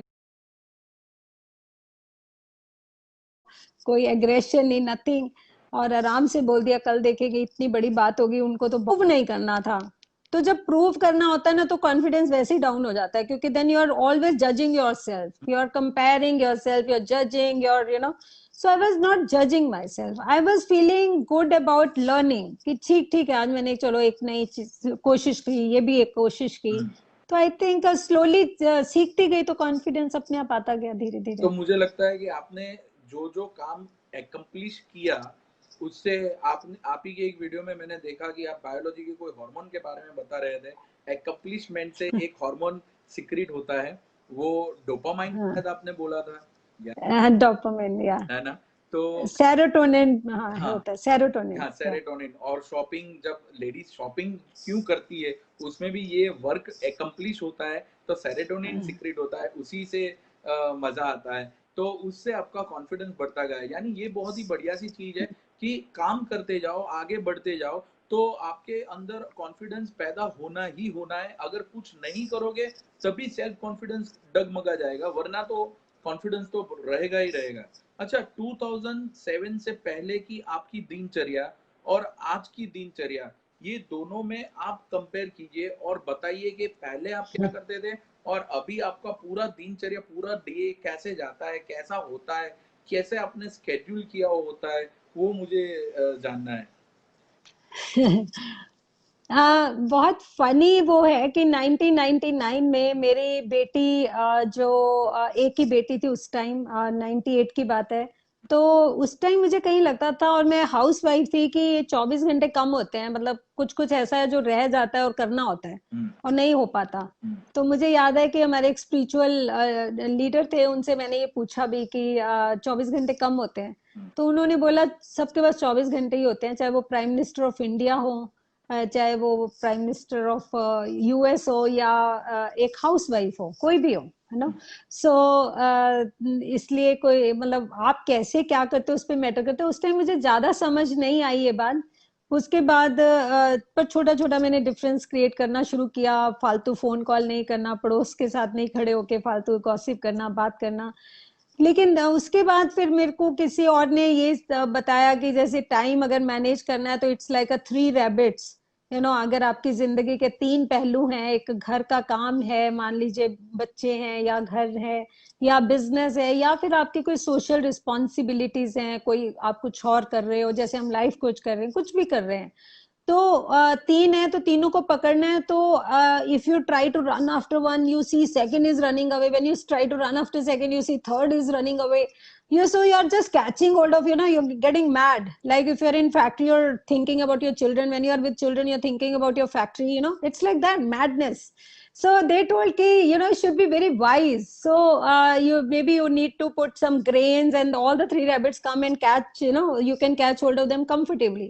So then when I in 2007, so before that I had a lot of time to myself, all the day to myself. I had all the facilities at home, so ऐसा कुछ था नहीं बच्चों को देखना या अपना जो मर्जी करना, लेकिन 2007 के बाद तो एकदम जिंदगी बदल ही गई। और लेकिन कभी लगा नहीं, मतलब वो मैंने डिसाइड कर लिया था कि मेरे थ्री रैबिट्स हैं, मेरे बच्चे, मैं तीन बीज बोलती थी उसको, बच्चाज, बिजनेस, और मैं बुद्धिज्म फॉलो करती हूँ कि बच्चाज, बिजनेस, बुद्धिज्म, थ्री बीज हैं। तो अभी मुझे 100% ये तीनों को अचीव करना है। तो फोकस करके, बहुत प्लानिंग से, ऑर्गेनाइज करके, पता नहीं बहुत कुछ हो जाता था। तो मतलब मैं खुद ही हैरान होती थी कि मैंने 98 में वो क्वेश्चन क्यों पूछा था। क्योंकि अब तो मुझे लगता है 24 घंटे बहुत होते हैं, तो दिनचर्या बहुत हेक्टिक रहती है। मतलब कई बार तो मैं ये भी भूल जाती हूँ कि ये काम आज ही किया था, क्योंकि उसके बाद इतना कुछ हो चुका होता है। तो मुझे लगता है अच्छा कल गई थी या कब, मतलब इतना कुछ हो चुका होता है। So I am like I don't waste even a minute. मतलब I'm all the time busy doing something or the other. Yeah. लेकिन बहुत ही बढ़िया सी चीज आपने बताई। और ये आपका यूट्यूब पे मैंने एक वीडियो देखा था, उसमें आप बोल रहे थे कि आप तीनों रैबिट को संभालने के पकड़ने के लिए क्या करना है, तो आपको कुछ ऐसा करना है कि आप कैरेट रख दो, ग्रेन्स रख दो, जैसे तीनों रैबिट जो है वो ग्रेन्स खाने के लिए आपके पास चले आए। तो एवरीथिंग इज पॉसिबल, लेकिन आपके पास टाइम मैनेजमेंट होना चाहिए और विजडम होनी चाहिए। लेकिन मैं ये मानता हूँ कि काफी कुछ विजडम वैसी है जो मेरा एक तजुर्बा है, एक एक्सपीरियंस है, कि लेडीज में ये सब विजडम कहाँ से लेकिन बहुत ही ज्यादा होती है। जैसे किससे बात करनी है, कैसे बात करनी है, आदमी को समझना है, उसके इंटेंशन समझना है, तो वो आप लोग बहुत जल्दी से पता नहीं कैसे, जैसे मेरे वाइफ है तो वो बच्चों का भी ख्याल रखते हैं, वो घर का भी ख्याल रखते हैं। मेरा जो ट्यूशन क्लासेस है उसमें मैनेजमेंट और फिनांस जो है वो मेरे वाइफ करते हैं, वो मैं खुद नहीं संभालता हूँ, मैं सिर्फ पढ़ाता हूँ। लेकिन मैं वो देखता हूँ कि हाँ, कभी कभी वो फ्रस्ट्रेट हो जाती है, क्योंकि कैसे कहाँ पे करना है। लेकिन आपने जो बोला ना, तो वो अभी पक्का सोचेगी। और अभी भी कोई भी हाउसवाइफ देख रहे हैं, कोई भी वर्किंग लेडी देख रहे हैं ये प्रोग्राम, तो ये बहुत ही बढ़िया सी चीज है। हर चीज पॉसिबल है, हर एक चीज में 100% मिलना भी पॉसिबल है। यही है कि बस एक टाइम मैनेजमेंट करना है, आपको अकल लगानी है कि क्या करना है। और इसके ये मामले में तो लेडीज सबसे बढ़िया है। तो आई थिंक भगवान ने भी कुछ ऐसा मल्टीटास्किंग हमें सिखाया है, क्योंकि शायद ट्रेनिंग ऐसे होती है, पता ही होता है कि घर भी देखना है, बच्चे भी देखने होंगे, फिर आजकल तो पढ़ लिख के जॉब्स ये वो सब कुछ। आई थिंक वो कुछ ऐसा दिया है ऊपर वाले ने कुछ की फोकस बेटर है, डिफरेंट है, कुछ है वो है। कहते हैं कि मैन वैसे भी they look, it's not about more or less, but point is focus. Maybe we are trained like that, because our role was supposed to be like that. Yeah. अच्छा, आपने कौन कौन सी ट्रेनिंग खुद ने अटेंड की हुई है? जैसे सॉफ्ट स्किल ट्रेनिंग की मैं बात कर रहा हूँ, एलएलबी एलएलएम वो तो ट्रेडिशनल एजुकेशन हो गए, लेकिन सॉफ्ट स्किल ट्रेनिंग के लिए आपने क्या क्या किया है? मैंने एक तो जॉन मैक्सवेल यूएस में मैंने ट्रेनिंग लिया था। So it is teachers mentors speakers training. और इंडिया में मैंने आरफीन खान का coach to fortune certified coach course किया हुआ है। और टीचर्स और लीडर्स का कोर्सेज कर रही हूँ, मैंने कुछ किए हैं। और बहुत सारे, मतलब मैं कोई मौका छोड़ती नहीं हूँ सीखने का। कुछ भी मिलता है तो आई ट्रेन माई सेल्फ। मुझे ऐसे लगता है कि अभी भी बहुत कुछ करना चाहती हूँ। ऐसे लगता है कि अभी तो पढ़ना है बहुत कुछ, ऐसी फीलिंग आती है। तो वो कई कई बार मैं अपनी डॉटर को मजाक में बोलती भी हूँ कि अब वो कह रही है मुझे एमबीए करना है, शी इज इन यूएस, तो मैं कहती हूँ चलो इकट्ठे एडमिशन लेते हैं, मैं भी करती हूँ। तो आई लव लर्निंग, मुझे सीखना बहुत अच्छा लगता है, मतलब रियल सेटिस्फेक्शन मिलता है मुझे। अच्छा, तो ये आपके अंदर एक पैशन है कि नया सीखना है और उसको एप्लीकेशन में डालना है। बहुत बढ़िया। आप बढ़ते, बहुत क्योंकि ज्यादा है। आप बढ़ेंगे तभी लोग बढ़ेंगे, क्योंकि आप लाइफ कोच हैं। कोच में अगर ज्यादा क्वालिटीज आते हैं तो बहुत बढ़िया है। आपने बोला था 2004 में आपने एक स्पिरिचुअलिटी का कोर्स किया था और उससे आपको काफी सहायता मिली। और आपके वो 2004 वाला जो स्पिरिचुअल कोर्स जो हाँ, था वो कौन सा था? वो वो actually I am part of some organization हूँ, तो वो मैं 95 से हूँ। तो जो 2004 में था वो बाहर भेजते हैं, जो थोड़े सीनियर्स होते हैं इन India, so all over the world जाते हैं। तो वो मैं जापान गई थी उस कोर्स के लिए, तो वहां पे ही रैबिट वाला कॉन्सेप्ट मैंने सीखा था। अच्छा। और तो मतलब इट वाज हर चीज एक लर्निंग बनती चली गई। और मुझे ऐसा लगता है कि अगर स्पिरिचुअलिटी अगर आपकी स्ट्रांग है, तो इट्स एक्ट, जैसे मैंने रूट्स वाली एग्जांपल दिया कि वो रूट्स की तरह एक्ट करती है, तो जिंदगी के आंधी तूफान आप झेल लेते हो, नहीं तो उखड़ जाते हो छोटे सी चीज से। तो spirituality works like that. Okay, तो आपके स्पिरिचुअल गुरु जो हैं, क्या आप उनका नाम दे पाएंगे, या जो भी आप ऑर्गेनाइजेशन की बात कर रहे हैं जिससे आप जापान गए, उसका नाम आप देना चाहेंगे या आप नहीं दे सकते? अगर कुछ नहीं, ऐसा तो मत दीजिए। ऐसा नहीं है, दे सकते हैं। नहीं नहीं, ऐसा नहीं है। मेरे जो मेंटर हैं वो डॉक्टर दाइसाकु इकेदा हैं। He is a Japanese philosopher. And बहुत, मतलब मेरी अगर जिंदगी में मैं आज यहाँ तक आई हूँ तो उन्हीं की वजह से आई हूँ। उन्हीं की टीचिंग्स, उनकी गाइडेंस, उनकी जो लाइफ है वो अपने आप में इतनी ग्रेट है कि बस आई थिंक वो एक मेरी इंस्पिरेशन थी और मैं चलती चली गई उन्हीं की गाइडेंस से, उन्हीं की लाइफ को देख के। That was a big thing. Okay. और जो ऑर्गेनाइजेशन है वो है Soka Gakkai International. It's in 192 countries. India में उसे हम बीएसजी, भारत सोका गकाई बोलते हैं। इट्स बेसिकली लाइफ फिलोसफी है ये। इट्स एन ऑर्गेनाइजेशन जो हमें लाइफ टीचिंग सिखाती है, how to live life. So it's not about, as I said, it's not about religion or any such thing, but it is about life philosophy. क्योंकि जितना मैं आपके बारे में ज़्यादा समझता गया, उससे मेरे दिमाग में ये क्वेश्चन आया कि आपके आपके पास काफ़ी कुछ ट्रेनिंग है और आप बहुत ही अच्छे से ट्रेन किए हुए इंसान हैं। आपने खुद को ही ट्रेन किया है, लेकिन मुझे कुछ लगा कि कुछ और एक मेरी और एक गुज़ारिश है मैडम कि जिस आपने यूएस वाले सर का नाम बोला, ठीक है, तो वो तो मेरे दिमाग से निकल गया अभी। अभी जापान वाले जॉन जो मैक्सवेल। हाँ, तो मेरी एक गुज़ारिश ये थी अगर ये लाइव वीडियो खत्म होने के बाद अगर आप कमेंट सेक्शन में जाके आप ये जो हाँ अब हाँ वो भी मेंटर हैं, यूएस वाले हैं, जापान वाले जो स्पिरिचुअल गुरु हैं, उनका और उनके जो ऑर्गेनाइजेशन अपना जो इंडिया में है, उसका नाम और वो सब अगर आप कमेंट में लिखेंगे तो हमारे लिए वो बहुत ही बेहतर रहेगा। तो अगर किसी को भी करना है तो वो हाँ, अभी तो आपने लिख दिया सही है चलो, जॉन मैक्सवेल ठीक है। ये यूएस में आपने किया था और जापान तो आपने बिना नीचे देखे ही ये आपने टाइप कर दिया। बहुत अच्छी सी आपको टाइपिंग और वो सब आता है। बहुत बढ़िया है। तो आप मुझे लगता है जो काम है वो तभी कर देना चाहिए, बाद में मिस हो जाता है। ये भी मेरा एक वो है, सक्सेस का एक वो है कि जो दिमाग में है बस कर दो। जैसे जैसे ही मुझे थॉट आता है कि मुझे कुछ करना है, उसको कुछ बोलना था, तो immediately I send the message, because बाद में मैं भूल जाऊंगी। और I write in my diary, my time management diary, immediately. मतलब I don't stop or I don't pause or I don't postpone it at all. बहुत ही बढ़िया madam. I am saluting you for this quality because बहुत मजा आया। और आपने ये India में जो उनकी ऑर्गेनाइजेशन है उसका नाम भी लिख दीजिए। अभी आप दो तो मैसेज आपने ऑलरेडी लिख दिए हैं, तो हाँ जी, हाँ जी, इंडिया में उसको कौन से नाम से बुलाया जाता है वो मुझे देखना था।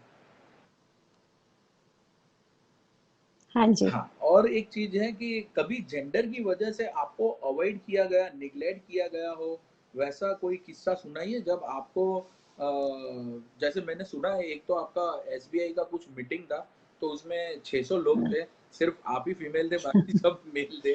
लेकिन कोई मजेदार किस्सा कि जिससे आपने कुछ बोला, कुछ कहा, आपके परफॉर्मेंस से सामने वाले के मुंह के पूरे एक्सप्रेशन और वो हक्का बक्का रह गया कि यार मैं क्या समझता था और ये मैडम क्या निकले, ऐसा कोई किस्सा आपने सुना हो? हाँ, एक सुनाइए। एक ऐसा किस्सा है कि एक बार हमें कोई नोटिस आया कि आपका कुछ पुराने जितने हमने बिल्डिंग्स बनाई है उस पे कुछ कोई लाइबिलिटी बनती है। हम्म, तो हमारे डायरेक्टर को वो आया, तो उन्होंने डायरेक्टर ने बात किया उस डिपार्टमेंट के जो ऑफिसर थे।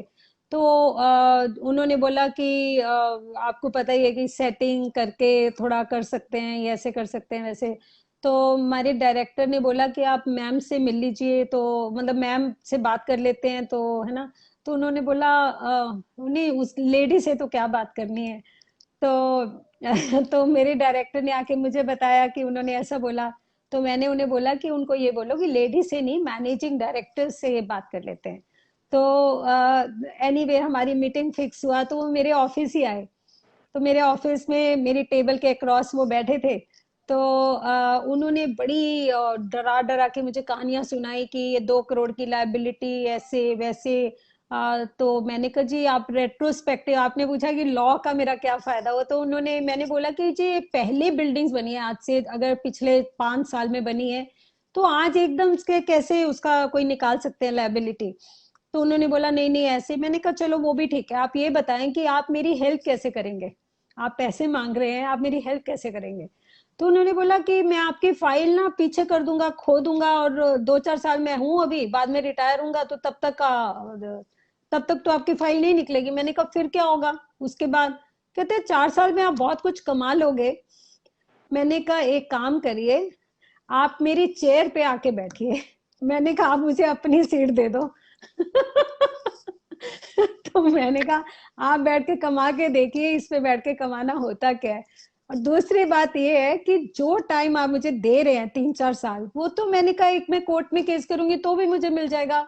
रेट्रोस्पेक्टिवली मांग रहे हैं आप, पिछला कुछ निकाल रहे हैं, तो मैं कोर्ट में भी रिक्वेस्ट करूंगी कि ऐसा मांग रहे हैं, मैं नहीं दे सकती, तो वैसे भी मुझे 3-4 साल मिल जाएंगे। तो आप मेरा स्पेशल क्या कर रहे हैं? तो इट वॉज वेरी फनी। तो पर उसके बाद मेरी उनसे बड़ी अच्छी दोस्ती हो गई थी कि उनको लगा ये लेडी नहीं है, मतलब ठीक ठाक समझदार है। मैनेजिंग डायरेक्टर है, लेडी नहीं है, मैनेजिंग डायरेक्टर है। तो it was funny incident, yes. बहुत बढ़िया। आपके लाइफ का मिशन क्या है अभी? मेरी लाइफ का मिशन है एक तो लोगों को इतना एम्पावर कर देना, होप देना, और जो एटीट्यूड में चाहती हूँ कि हम चेंज करें। मुझे ऐसे लगता है हर आदमी सक्सेसफुल हो सकता है, हर आदमी में इतनी काबिलियत है, पैशन है, बहुत कुछ है।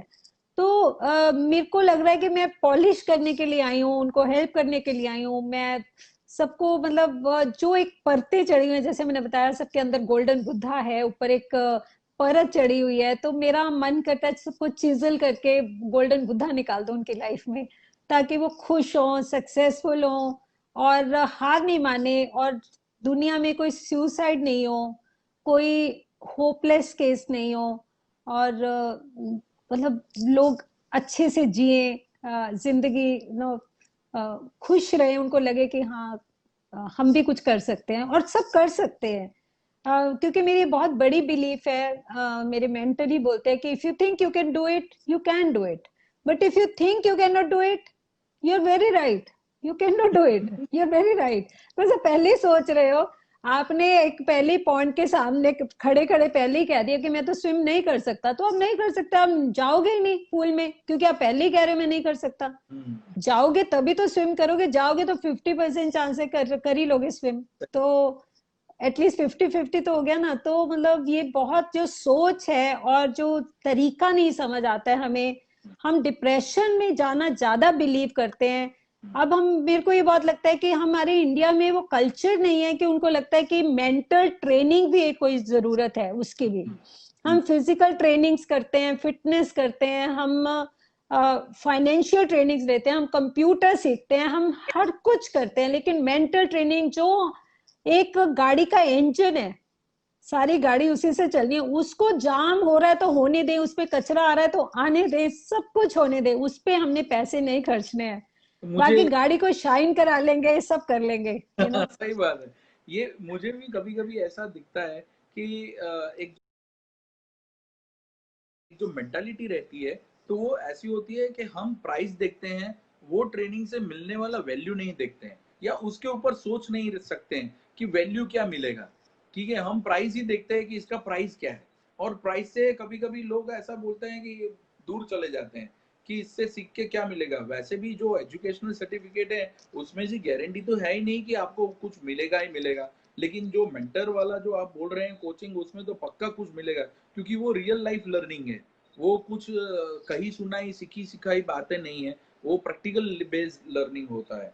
मैडम आप बहुत इम्पोर्टेंट है। हाँ, आप ऑथर हैं, रियल एस्टेट बिजनेस कर रहे हैं, मैन्युफैक्चरिंग यूनिट है आपका, जैसे आपने जो सिंथेटिक लेदर का बोला, फिर लाइफ कोच भी करते हैं और फैमिली भी संभालते हैं। इतना सारा कैसे हो पाता है यानी? पता नहीं, अब मुझे ऐसे लगता है कि जब हमारी अगर आप मुझे फिलोसफिकली पूछते हैं, तो मुझे लगता है कि हमारी लाइफ इतनी एक्सपैंड हो जाती है कि जैसे समुंदर है, उसमें कुछ भी डाल दो तो वो चला ही जाएगा, एक कुआं है तो उसमें कुछ भी होगा तो डड्डू भी नजर आएगा। तो इट्स लाइक दैट, तो लाइफ ही हमारी एक बहुत एक्सपैंड हो जाती है। और अगर आप मेरे से प्रैक्टिकली पूछते हैं, तो मुझे ऐसे लगता है कि time management is the key, goal setting is the key, और फोकस इज द की, कि अगर आप हम ये सारी चीजें बहुत अच्छे से, mental health is the key, energy is the key.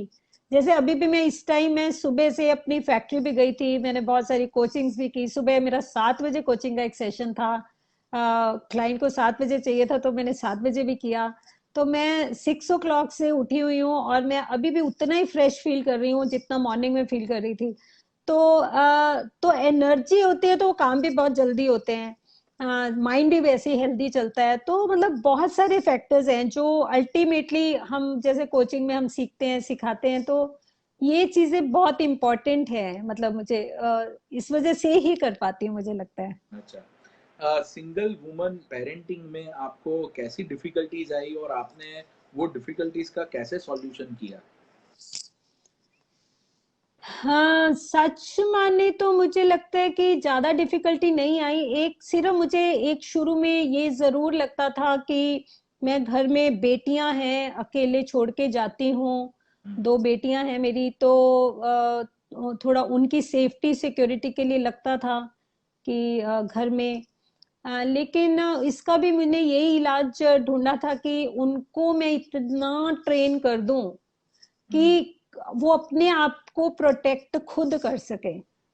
तो उनको मैंने कभी भी डिपेंडेंट नहीं बनाया कि मैं हूं तो वो सेफ है, मैं लेके जाऊंगी तो वो कुछ करेंगे। तो हम्म। क्योंकि मेरे दिमाग में ये बहुत स्ट्रांग था कि मेरा भी क्या पता है, जिंदगी का तो कुछ नहीं पता, लाइफ तो अनप्रिडिक्टेबल है, इम्पर्मानेंट है। तो मेरे को ये था कि उनको इतना कर दूं कि कभी भी जिंदगी में कुछ ऐसा हो जाए तो वो अपने आप को सरवाइव कर ले। तो मुझे एक किस्सा याद है जो मुझे बहुत इम्पोर्टेंट लगता है कि मेरी छोटी बेटी 5th में थी और बड़ी मेरी बेटी 10th में थी। हम्म। और दोनों ने जो 10th का फाइनल एग्जाम था और मुझे हांगकांग जाना था, कोई हमारा कुछ था रिलेटिंग टू आवर इंडस्ट्री। हम्म। तो उसका लास्ट पेपर था, तो मैंने अपनी बेटियों को बोला कि मैंने तुम्हारी सब बुकिंग करा दी है, तुम एग्जाम दे के मेरे को ज्वाइन कर लेना, तब तक मेरा वो खत्म हो जाएगा जो मेरा वहाँ पे सेमिनार था। और आप लोग ज्वाइन करोगे तो हम इकट्ठे इंजॉय कर लेंगे, थोड़ा टाइम स्पेंड कर लेंगे, 10th बोर्ड के एग्जाम हुए थे। तो मैंने सारी उनकी तैयारी कर दी, मतलब जितने डॉक्यूमेंट, बिकॉज दोनों ही छोटी थी, एडल्ट्स नहीं थे, तो जितने डॉक्यूमेंट सब कुछ तैयार किए। तो मैंने उनको बिठाया रात को और बिठा के मैंने बोला कि देखिए ये सब मैंने तैयारी कर दी, ये सिस्टम है, लेकिन 1% चांस है कि आपके और डॉक्यूमेंट चाहिए हो, कुछ भी चाहिए हो, तो आपको वो शायद बोर्ड नहीं करने दे। कोई हम्म। बात नहीं, नहीं करने देंगे, कोई बात नहीं, तो क्या हो जाएगा, ज्यादा से ज्यादा वापस आ जाओगे, सो क्या। तो मेरे दिमाग में ये बहुत रहता था, बी प्रिपेयर्ड फॉर वर्स्ट, ताकि घबराओ नहीं, हो भी जाएगा तो कोई बात नहीं। तो मैंने उनको पूरी वो सीन दिया कि क्या होगा, आप एक ए अंकल, ड्राइवर अंकल को कॉल करना, वो कहेंगे मैं तो बहुत दूर निकल गया हूँ, बी अंकल को करना, सी को करना, डी को, कोई तो मिलेंगे, नहीं तो तब तक एयरपोर्ट पे वेट करना। कोई बात नहीं, नहीं जाएंगे फिर चले जाएंगे हांगकांग। तो मैंने उनको ट्रेन ट्रून करके मैं निकल गई। और जिस दिन उन्होंने आना था, मुझे दिल्ली एयरपोर्ट से उन्होंने कॉल किया, रात का टाइम था, 11:30 बजे। पर वो इतने पीसफुल थे कि उन्होंने बोला कि मम्मा वो अंकल कह रहे हैं एक और डॉक्यूमेंट चाहिए, नहीं तो आप सोच सकते हैं रात को 11:30 बजे बच्चा कितना सही। हाइपर हो जाएगा। उसको एयरपोर्ट पे बोला जाए आप जाना ही नहीं है, आप जा नहीं सकते हो, आपके डॉक्यूमेंट चाहिए। तो वो पर इतने पीसफुल थे। तो मैंने कहा कोई बात नहीं, आप अंकल से बात कराइए। तो मैंने बात की, तो मैंने उनको कन्विंस किया कि जी ऐसे ऐसे है, मैं हांगकांग में हूँ, ये है, तो वो हो गए। और वो आई, तो वो हांगकांग में जब पहुंची तो मैंने उनको, मैं एयरपोर्ट लेने नहीं गई, तो मैंने उनको गाइड किया कि वहां पे एक स्टॉल है, वहां जाइए, इस नंबर पे, इस नंबर की बस है, वो 3rd स्टॉप जहां रुकेगी वहां उतरिए, मैं वेट करूंगी। ओ। तो वो मेरे होटल तक खुद आई। तो मैंने उनको वही रिसीव किया। तो ये मेरा ट्रेनिंग का अपना एक वो था, अंदाज था कि मुझे लगता था कि दे should be self reliant, self sufficient, कि जिंदगी का कुछ पता नहीं है, मुझे ये बहुत फिक्र था कि कभी मुझे कुछ होगा तो ये कैसे मैनेज करेंगी। तो मैं ट्रेन करती चली गई इनको उस पर्पज से। नहीं, आपका ये बहुत ही बढ़िया अंदाज है। बाकी जैसे मैं हूँ, मैं खुद हूँ, मेरी वाइफ है, मेरे अंकल आंटी हैं। जैसे मैं जब 11th में था तब मेरे फादर ऑफ हो गए थे, तो मेरे मम्मी और मेरे चाचा चाची ने बहुत मेरा ख्याल रखा है, लेकिन काफ़ी कुछ उन्होंने प्रोटेक्ट किया है। और जहाँ पे फ्रीडम मिलनी चाहिए वहाँ फ्रीडम भी दी है। लेकिन आपका जो अंदाज है वो एकदम अलग सा है और बहुत ही बढ़िया है, और इससे पेरेंटिंग में बहुत ही बड़ी हमको सीख मिली कि हर बार प्रोटेक्ट मत करो उसको, don't give them fish, ask them to या learn the train art them. Of fishing. तो वो ये आप आर्ट ऑफ फिशिंग सिखा रहे हैं, ये बहुत बढ़िया सी बात है। ट्विस्ट देने की जरूरत मैं नहीं अभी है। बुक भी लिख रही हूँ, मैं पेरेंटिंग पे अभी बुक भी लिख रही हूँ, ऑटोबायोग्राफी भी लिख रही हूँ अपनी लाइफ की। अरे वाह सो वाह वाह। अब लॉकडाउन में काफी लिख लिया है, तो सिंगल पेरेंटिंग पे मुझे लगता है कि लेट मी ट्राई गिविंग नहीं सम सही में टिप्स। लिखिए या मैडम, क्योंकि पेरेंटिंग में काफी कुछ चाहिए, और जितने आपके अंदर काफी कुछ क्वालिटीज हैं, तो आप लीड कर पाएंगे, और पेरेंट्स भी आपको बहुत ही शुक्रगुजार रहेंगे कि काफी कुछ हमने नया सीखा आपसे। तो ये अच्छी बात रहेगी। अच्छा, अगर कोई भी हाउसवाइफ आज से ही शुरू करके ऋतु सिंगल बनना चाहती है, तो उनको कौन-कौन से अच्छे हैबिट रखने चाहिए? सबसे पहले तो उनको हार्ड वर्किंग होना पड़ेगा। और और बिग्रजिंग नहीं होना पड़ेगा कि हाई ये हाई वो नहीं करना है। बस तैयार रहना है जंग के लिए कि करना है, एक करना है कि स्पिरिट। मतलब मेरा ये बहुत रहता है कि मैं अपने जो क्लाइंट्स हैं उनको भी ये बहुत सिखाती हूँ कि ये नहीं देखना है कि हम क्यों नहीं कर सकते हैं, ये देखना है कि हम कैसे कर सकते हैं। तो अपने माइंड को ये हमेशा सॉल्यूशन ढूंढना है, ना कि एक्सक्यूज ढूंढना है कि क्यों नहीं हो सकता। तो एक वो हुँ, एटीट्यूड चेंज करना है, टाइम मैनेजमेंट सीखना है ताकि वो कम टाइम में ज्यादा कर सकें। एक हुँ। लर्निंग स्पिरिट रखना है, लर्निंग के लिए कभी क्लोज नहीं होना है कि नहीं ये मैं नहीं कर सकती या ये मुझे आता है और नहीं सीखने की जरूरत, वो नहीं कभी करना है। तो अगर ये सब तीन चार चीजें भी आई थिंक करेंगे तो कुछ भी कर सकते हैं। अच्छा। आपको लाइफ कोचिंग करने की प्रेरणा आपको कैसे मिली? जैसे मैंने आपको बताया कि बहुत ज्यादा मुझे लगता है कि देखिए अब मेरी दो बेटियां हैं और दोनों बहुत ही अच्छे बच्चे हैं, बहुत ही टैलेंटेड हैं। हुँ, बड़ी बेटी ने इंजीनियरिंग करके यूएस में मास्टर्स करके और नाउ शी इज वर्किंग। छोटी वाली एमबीबीएस कर रही हैं। तो बहुत मतलब छोटी ने अभी बुक भी लिखी है और she is a table tennis national player. बड़ी बेटी ने ओलंपिक खेला है। ओह! सो बहुत बहुत अच्छे बच्चे हैं। तो मुझे ऐसा लगता है कि जो भी मेरी लाइफ में इतना जिंदगी ने मुझे सिखाया, पेरेंटिंग के केस में कंपनीज कैसे चलानी है, लीगल मैटर्स कैसे फाइट करने हैं, सिंगल विमेन की तरह कैसे जीना है, बहुत कुछ फाइनेंशियल क्राइसिस में आपने कैसे मैनेज करना है।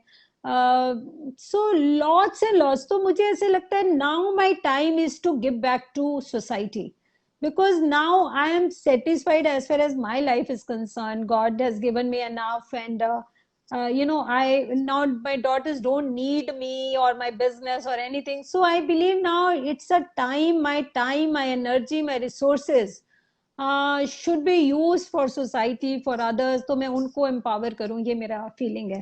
बहुत बढ़िया, बहुत बढ़िया। मैं आप सब दर्शकों को बताना चाहूँगा कि इनकी लाइफ कोच रितु सिंघल करके यूट्यूब पे बहुत ही बढ़िया सी चैनल है। काफ़ी कुछ उससे मैंने देखा है, एक मेंटल इम्यूनिटी वाला बहुत बढ़िया सा वीडियो है, कर्मा के बारे में बहुत बढ़िया है, पॉजिटिव थिंकिंग कैसे रखना है वो है। लेकिन मैडम, ये कर्मा का जो वीडियो जो कर्मा के बारे में आप सीखे, वो कहाँ से सीखे? वो मैं अपनी लाइफ फिलॉसफी की जर्नी में ही सीखी। जो अच्छा। मेरा जो मैं प्रैक्टिस करती हूँ, हाँ, उसी से। तो उसमें बेसिकली वही फिलॉसफी है जो हिंदू माइथोलॉजी भी सिखाती है, हुँ, लेकिन हम उसको प्रैक्टिकली नहीं समझ पाते हैं, तो हम उसको एक थेरेटिकली समझते हैं। हुँ, तो हमें बहुत प्रैक्टिकल है। मतलब अगर हमें कर्मा थ्योरी समझ आ गई ना, तो प्रैक्टिकली समझ आ गई, अगर मैं उसको अप्लाई करने लगी तो मैं कभी भी दुखी नहीं रहूंगी, मैं कभी किसी को ब्लेम नहीं करूंगी। बिकॉज कर्मा थ्योरी का मतलब ये नहीं है जो हम समझते हैं कि ये पैसिव है कि जो मैंने किया मुझे भुगतना ही पड़ेगा। हुँ, कर्मा थ्योरी का ये भी मतलब है कि अगर मैंने बुरा किया है तो मैं आज अच्छा करके उसको चेंज भी कर सकती हूँ। तो हुँ, इसका मतलब पावर मेरे हाथ में है। तो हम सिर्फ एक ही एस्पेक्ट देखते हैं, अच्छा कर्मा, बैड वे में। तो it is also a good theory कि ठीक है, it's like a debit credit. आपका बैंक में माइनस है तो ठीक है, अच्छी मेहनत करें, कमाएं, उसको प्लस करें, पे ऑफ करें लोन्स जो भी हैं। तो मतलब it's a very practical, very under मतलब बहुत अच्छी फिलोसफी है। तो इसने तो मुझे बहुत हेल्प किया, मतलब पर it's a ongoing journey I think, to imbibe this, to apply this in life, it's ongoing journey, because we tend to forget, जब हमारे साथ कोई बुरा करता है फिर हमें लगता है दूसरा कर रहा है, पर एक्चुअली तो कार्मिक है सब, तो उसको हमें और ही एंगल से डील करना है। वो कर्म थियरी में आपने यूट्यूब में एक बढ़िया सा चीज बताया था कि हम अच्छा जो करते हैं वो सेंटीमीटर में करते हैं और बुरा जो करते हैं वो इंचेस में करते हैं, तो वो इतना हाँ। होता है और अच्छा इतना होता है। तो कर्मा की थियरी तो फिर, और जैसे मैंने वो वीडियो सुनी उसके बाद मैं भी कुछ एनालिसिस करता रहता हूँ कि मैं जो कर रहा हूँ वो क्या है, वो सेंटीमीटर में है या इंचेस में, बुरी चीज है या अच्छी चीज है। तो वो बहुत ही बढ़िया है। कोई, आपने काफी रिसर्च किया हुआ है ना? हाँ, thank you so very much. तो मेरा भी ये पीएचडी करने के बाद ये पूरा एक मेंटालिटी हो गया है कि एनालिसिस करना है, अच्छे से एनालिसिस करना है, वो मेरा होमवर्क है। जब मैं इंटरव्यू ले रहा हूँ तो वो मेरी जिम्मेदारी है। काफी लोग अपना टाइम निकाल के आते हैं, आप इतना अपना प्रेशियस टाइम निकाल के आए हैं तो आपको भी लगना चाहिए कि नहीं सही में अच्छा सा निचोड़ मिला है कुछ करके। तो thank you for appreciation my of my. नहीं नहीं, thank you so very much, बहुत आपने अच्छी मेहनत की हुई है। Thank very nice. You. Women empowerment के लिए कोई इंस्पिरेशनल स्टोरी बताइए।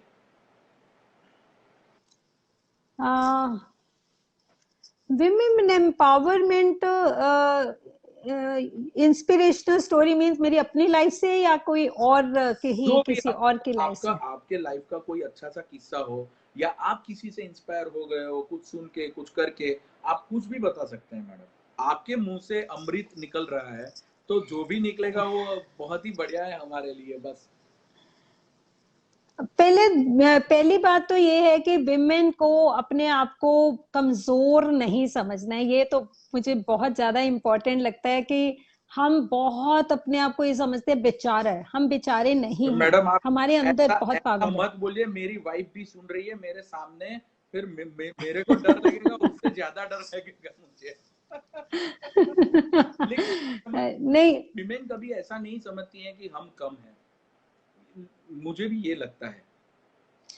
एक्चुअली कम ज्यादा की बात नहीं है, मैं आपको एक विमेन एम्पावरमेंट की बात बताती हूँ कि मैं एक कॉलेज में एक बार इंकरेजमेंट मोटिवेशनल स्पीकर की तरह गई, तो मैंने उनको तब निर्भया केस हुआ था उसके बाद की बात है, तो तो मैंने उनको एक चार्ट दिया, और निर्भया केस के नहीं कुछ और इंसिडेंट हुआ था, मतलब थोड़ा सा विमेन को लगता था कि हमें कुछ करना है, तो एक चार्ट दिया मैंने सबको, मैंने 5-5 का ग्रुप बनाया और मैंने सबको बोला अच्छा आप कैसी दुनिया चाहते हैं 2030 में, हम्म। कैसी कैसी होनी चाहिए।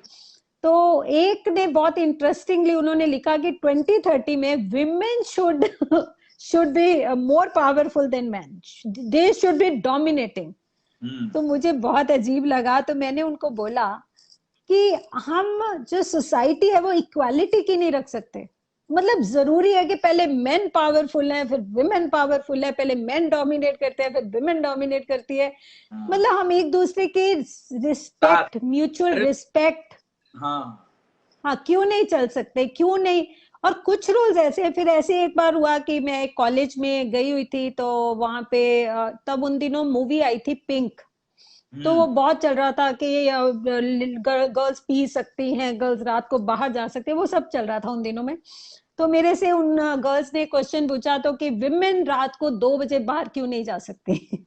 तो उन दिनों मुझे याद है कि कुछ कारगिल, आप वहां पे शायद कश्मीर साइड में कुछ जंग भी चल रही थी छोटी सी, जहाँ पे शायद वो सर्जिकल स्ट्राइक हुई थी, उन दिनों की बात है, शायद सर्जिकल स्ट्राइक और पिंक इकट्ठे से आई थी। हम्म। तो वहां पे जब वो चल रही थी तो मैंने उनको बोला कि आप जंग क्यों नहीं लड़ सकते, सर्जिकल स्ट्राइक में आप क्यों नहीं गए।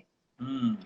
तो मतलब हम एक जगह इक्वालिटी कर रहे हैं कि नहीं जी हम ड्रिंक करेंगे, हम रात को 2 बजे आएंगे, ऐसे विमेन वहां नहीं जा रही है ना, जंग लड़ने नहीं जा रही हैं, तो कुछ नेचर ने कुछ ऐसे डिफरेंसेस बनाए हैं, तो we need to respect that. I am not at all कि women should not be, my daughters are totally independent, they been travelling, I have told you किस्सा, लेकिन बट स्टिल मुझे ऐसा लगता है कि मतलब देर इज सर्टन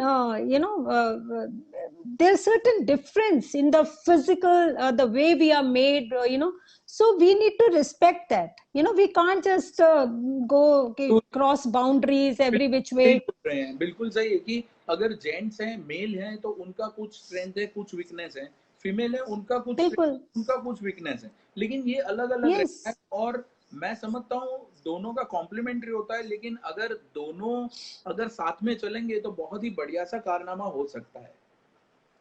तो हमें कोई डिस्टिंग्विश करने की जरूरत नहीं है, हमें ये जरूरत नहीं है कि नहीं जी वो बेटर है या वो बेटर है, दोनों रिस्पेक्ट कर सकते हैं, दोनों एक दूसरे को ट्रस्ट पे, सही है। अच्छा मैडम, आपका आप एंटरटेनमेंट के लिए क्या करते हैं? आप कैसे एंटरटेन होते हैं? खुद को कैसे एंटरटेन रखते हैं? मुझे म्यूजिक का शौक है, और डांस का भी शौक है थोड़ा, और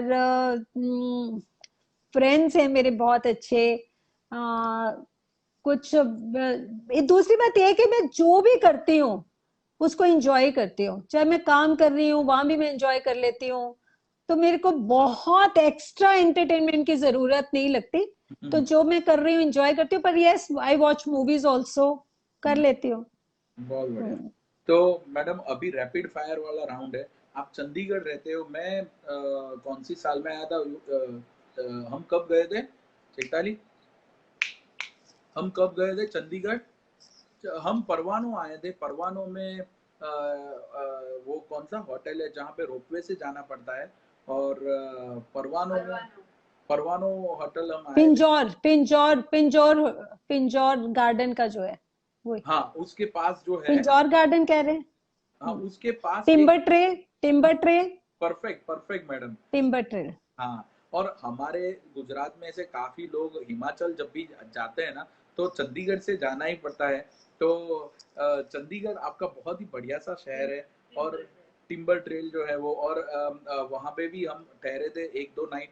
फिर हमने मिस कर दिया था चंडीगढ़, और हम जहाँ पे रहते हैं वो अहमदाबाद है। अहमदाबाद का एक लिंक सिटी है गांधीनगर। जहाँ तक मैंने सुना है, चंडीगढ़ और गांधीनगर दोनों का टाउन प्लानिंग जो है वो सेक्टर वाइज और वो सब किए गए हैं, सेक्टर्स में बटा गया है, तो वो सेम टू सेम है, लेकिन कभी चंडीगढ़ आना नहीं हुआ है। अमृतसर हम वही ट्रिप में चले गए थे, वाघा बॉर्डर और वो सब। तो आइए आप कभी, आइए. हाँ पक्का, ये लॉकडाउन खत्म होने के बाद हम पक्का आएंगे। अभी मैडम आपके साथ एक रैपिड फायर राउंड मेरे को खेलना है, तो आप अ, जो तो आप अ, जो भी आपके आंसर्स हैं वो बताएं। आप आदर्श इंसान आपके हिसाब से आइडियल कौन कौन है? मेरे हैं, हम्म, अब्दुल कलाम आजाद हैं, हम्म, मार्टिन लूथर किंग हैं, हम्म। जो मेरे बहुत ही सीखा है मैंने उनसे बहुत कुछ, ऐसे बहुत हैं, पर ये तीन लोग हैं जिनको मैं बहुत ज्यादा. आपके फेवरेट मेंटर एक तो आपने बोल दिए, फिर मेंटर कौन कौन से अच्छे लगे आपको? मुझे ऐसे लगता है कि एक तो लाइफ मेंटर मेरे हैं ही है, डॉक्टर दायसा कुइकेदा. इसके अलावा मुझे ऐसे लगता है कि आपने शायद मेरी एक वीडियो भी देखी होगी, टू मैनी गुरुज, मेरा एक जो बुक मैंने लिखी है story can change your life, hmm, उसमें मैंने एक चैप्टर भी बनाया उस पे, कि अच्छा। Actually every person is your mentor. वो हम्म, आपको कुछ ना कुछ सिखाता है ना. जैसे एक बिजनेस में हमारे एक मेंटर हैं जो हमें सिखाते हैं, तो एक मेरी फ्रेंड है जिसको मैं सोशल विजडम एडवाइजर बोलती हूँ, वो मुझे सोशल अगर कोई एस्पेक्ट है उस पर सिखाती है, तो मतलब मुझे ऐसे लगता है कि everybody has something to teach you. बहुत इसके अलावा गुरु मुरली है, गुरु सुधीर है, जिनकी आरफीन वजह में खान है, पे हैं। जॉन मैक्सवेल है, हाँ, जिनकी वजह से हम मिले हैं. हाँ। तो काफी लोग हैं जो सिखा रहे हैं, जिंदगी में सीखते जा रहे हैं. मेरे बच्चे मेरे गुरु हैं, उन्होंने भी मुझे बहुत सिखाया, सिखाते हैं, बहुत अच्छा लगता है. तो ये या दृष्टिकोण भी अपना होना चाहिए, ये दृष्टि अपनी होनी चाहिए कि हर एक में से कुछ ना कुछ सीखने को मिलता है। आपके अंदर वो सीखने वाली कला होनी चाहिए, लर्निंग वाली। राइट.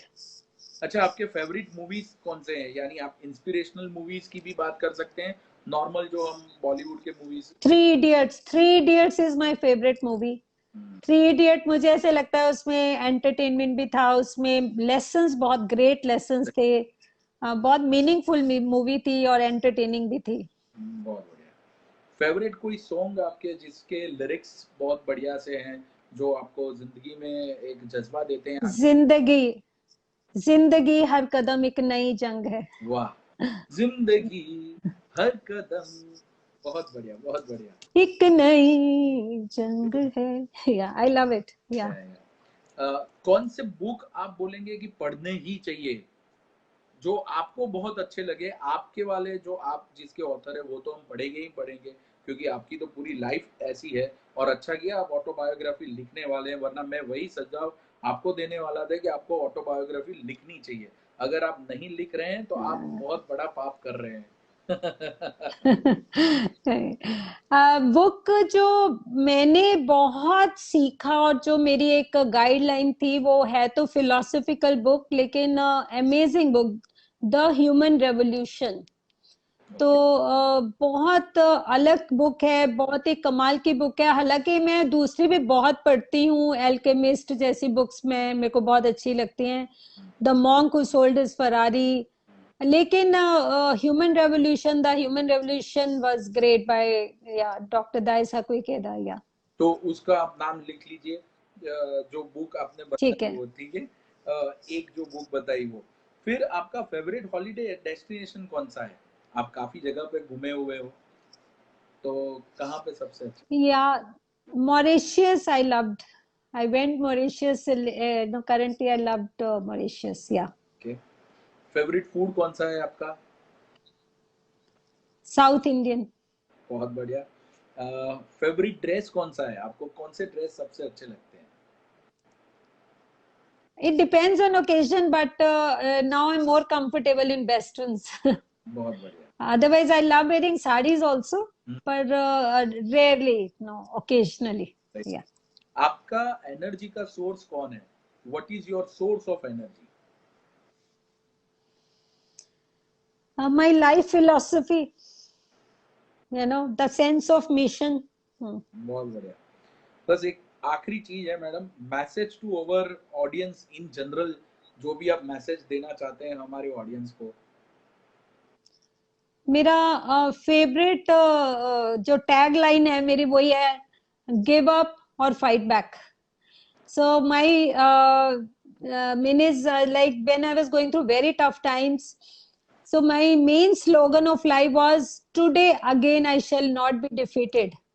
वाह, So everybody should live every day with that, keeping that in mind, that again I will not be defeated even today, no matter what happens.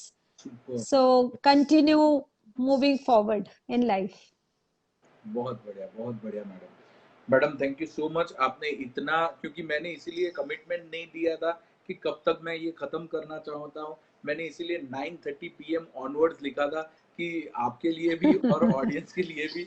लेकिन बहुत अच्छा लगा, आपको जानने से और सुनने में बहुत मजा आया। और एक लगाव सा अभी आ गया है कि आपके बारे में और जानना है, और जानना है। तो अभी पूरा आपका यूट्यूब चैनल जो है उसके सभी वीडियो में I will go through it, and will definitely get your books also, and I will go through that also. So thank you so much for being Thank you available। very much. और Thank आपने you. मेरा invitation को इतने respect से accept किया, और आपने हमारे लिए इतना टाइम निकाला। Thank you so much ma'am, thank you so No, much. no, it's my pleasure. Absolutely my pleasure. Thank you very much. Thank you. You gave me an opportunity. Thank you. Yeah. Thank you ma'am, thank you. Thank you.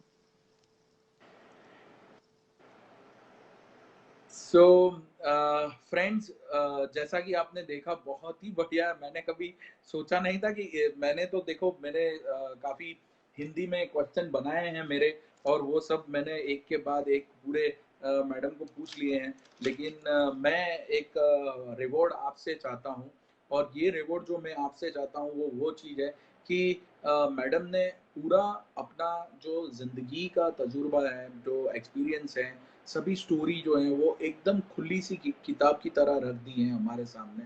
तो मैं आपसे ये गुजारिश करूंगा कि आप लोग ने अगर ये वीडियो देखा है, ठीक है, तो प्लीज इसको शेयर कीजिए।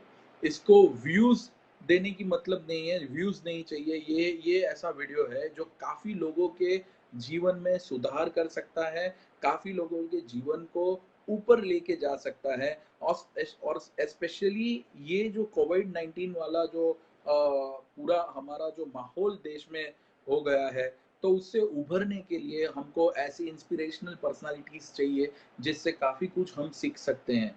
तो मेरा यही आपसे अनुरोध है कि आप प्लीज़ ये वीडियो हो सके उतना ज़्यादा शेयर कीजिए, प्लीज़ शेयर कीजिए। और यूट्यूब चैनल मेरी भी है, डॉक्टर चिंतन शाह फॉर बायोलॉजी, उसमें भी मैं सक्सेस के बारे में काफ़ी कुछ बोलता हूँ। और मैडम की जो ये जो अपनी चैनल है लाइफ कोच रितु सिंगल, उससे भी काफ़ी कुछ सीखने को मिलेगा, क्योंकि वही चीज़ मैंने यहाँ पे उनको पूछी नहीं है, उन्होंने ऑलरेडी एक बार टेलीकास्ट किए हुए हैं, तो फिर वो पूछने का ज़रूरत नहीं था। लेकिन मैडम ने बहुत बढ़िया तरीके से हमको दिखाया। और कुणाल सर, हमें अभी thank you so much sir for appreciating our efforts. And I'm thankful to all of you who came here, and the Saturday night we can do so many other things, okay, but you just came to my Facebook live. I'm very thankful to you. Thank you so much for motivating me, inspiring me to have such a kind of a sessions. Thank you so much. This is Dr. Chintan Shah. Thank you all. Bye bye.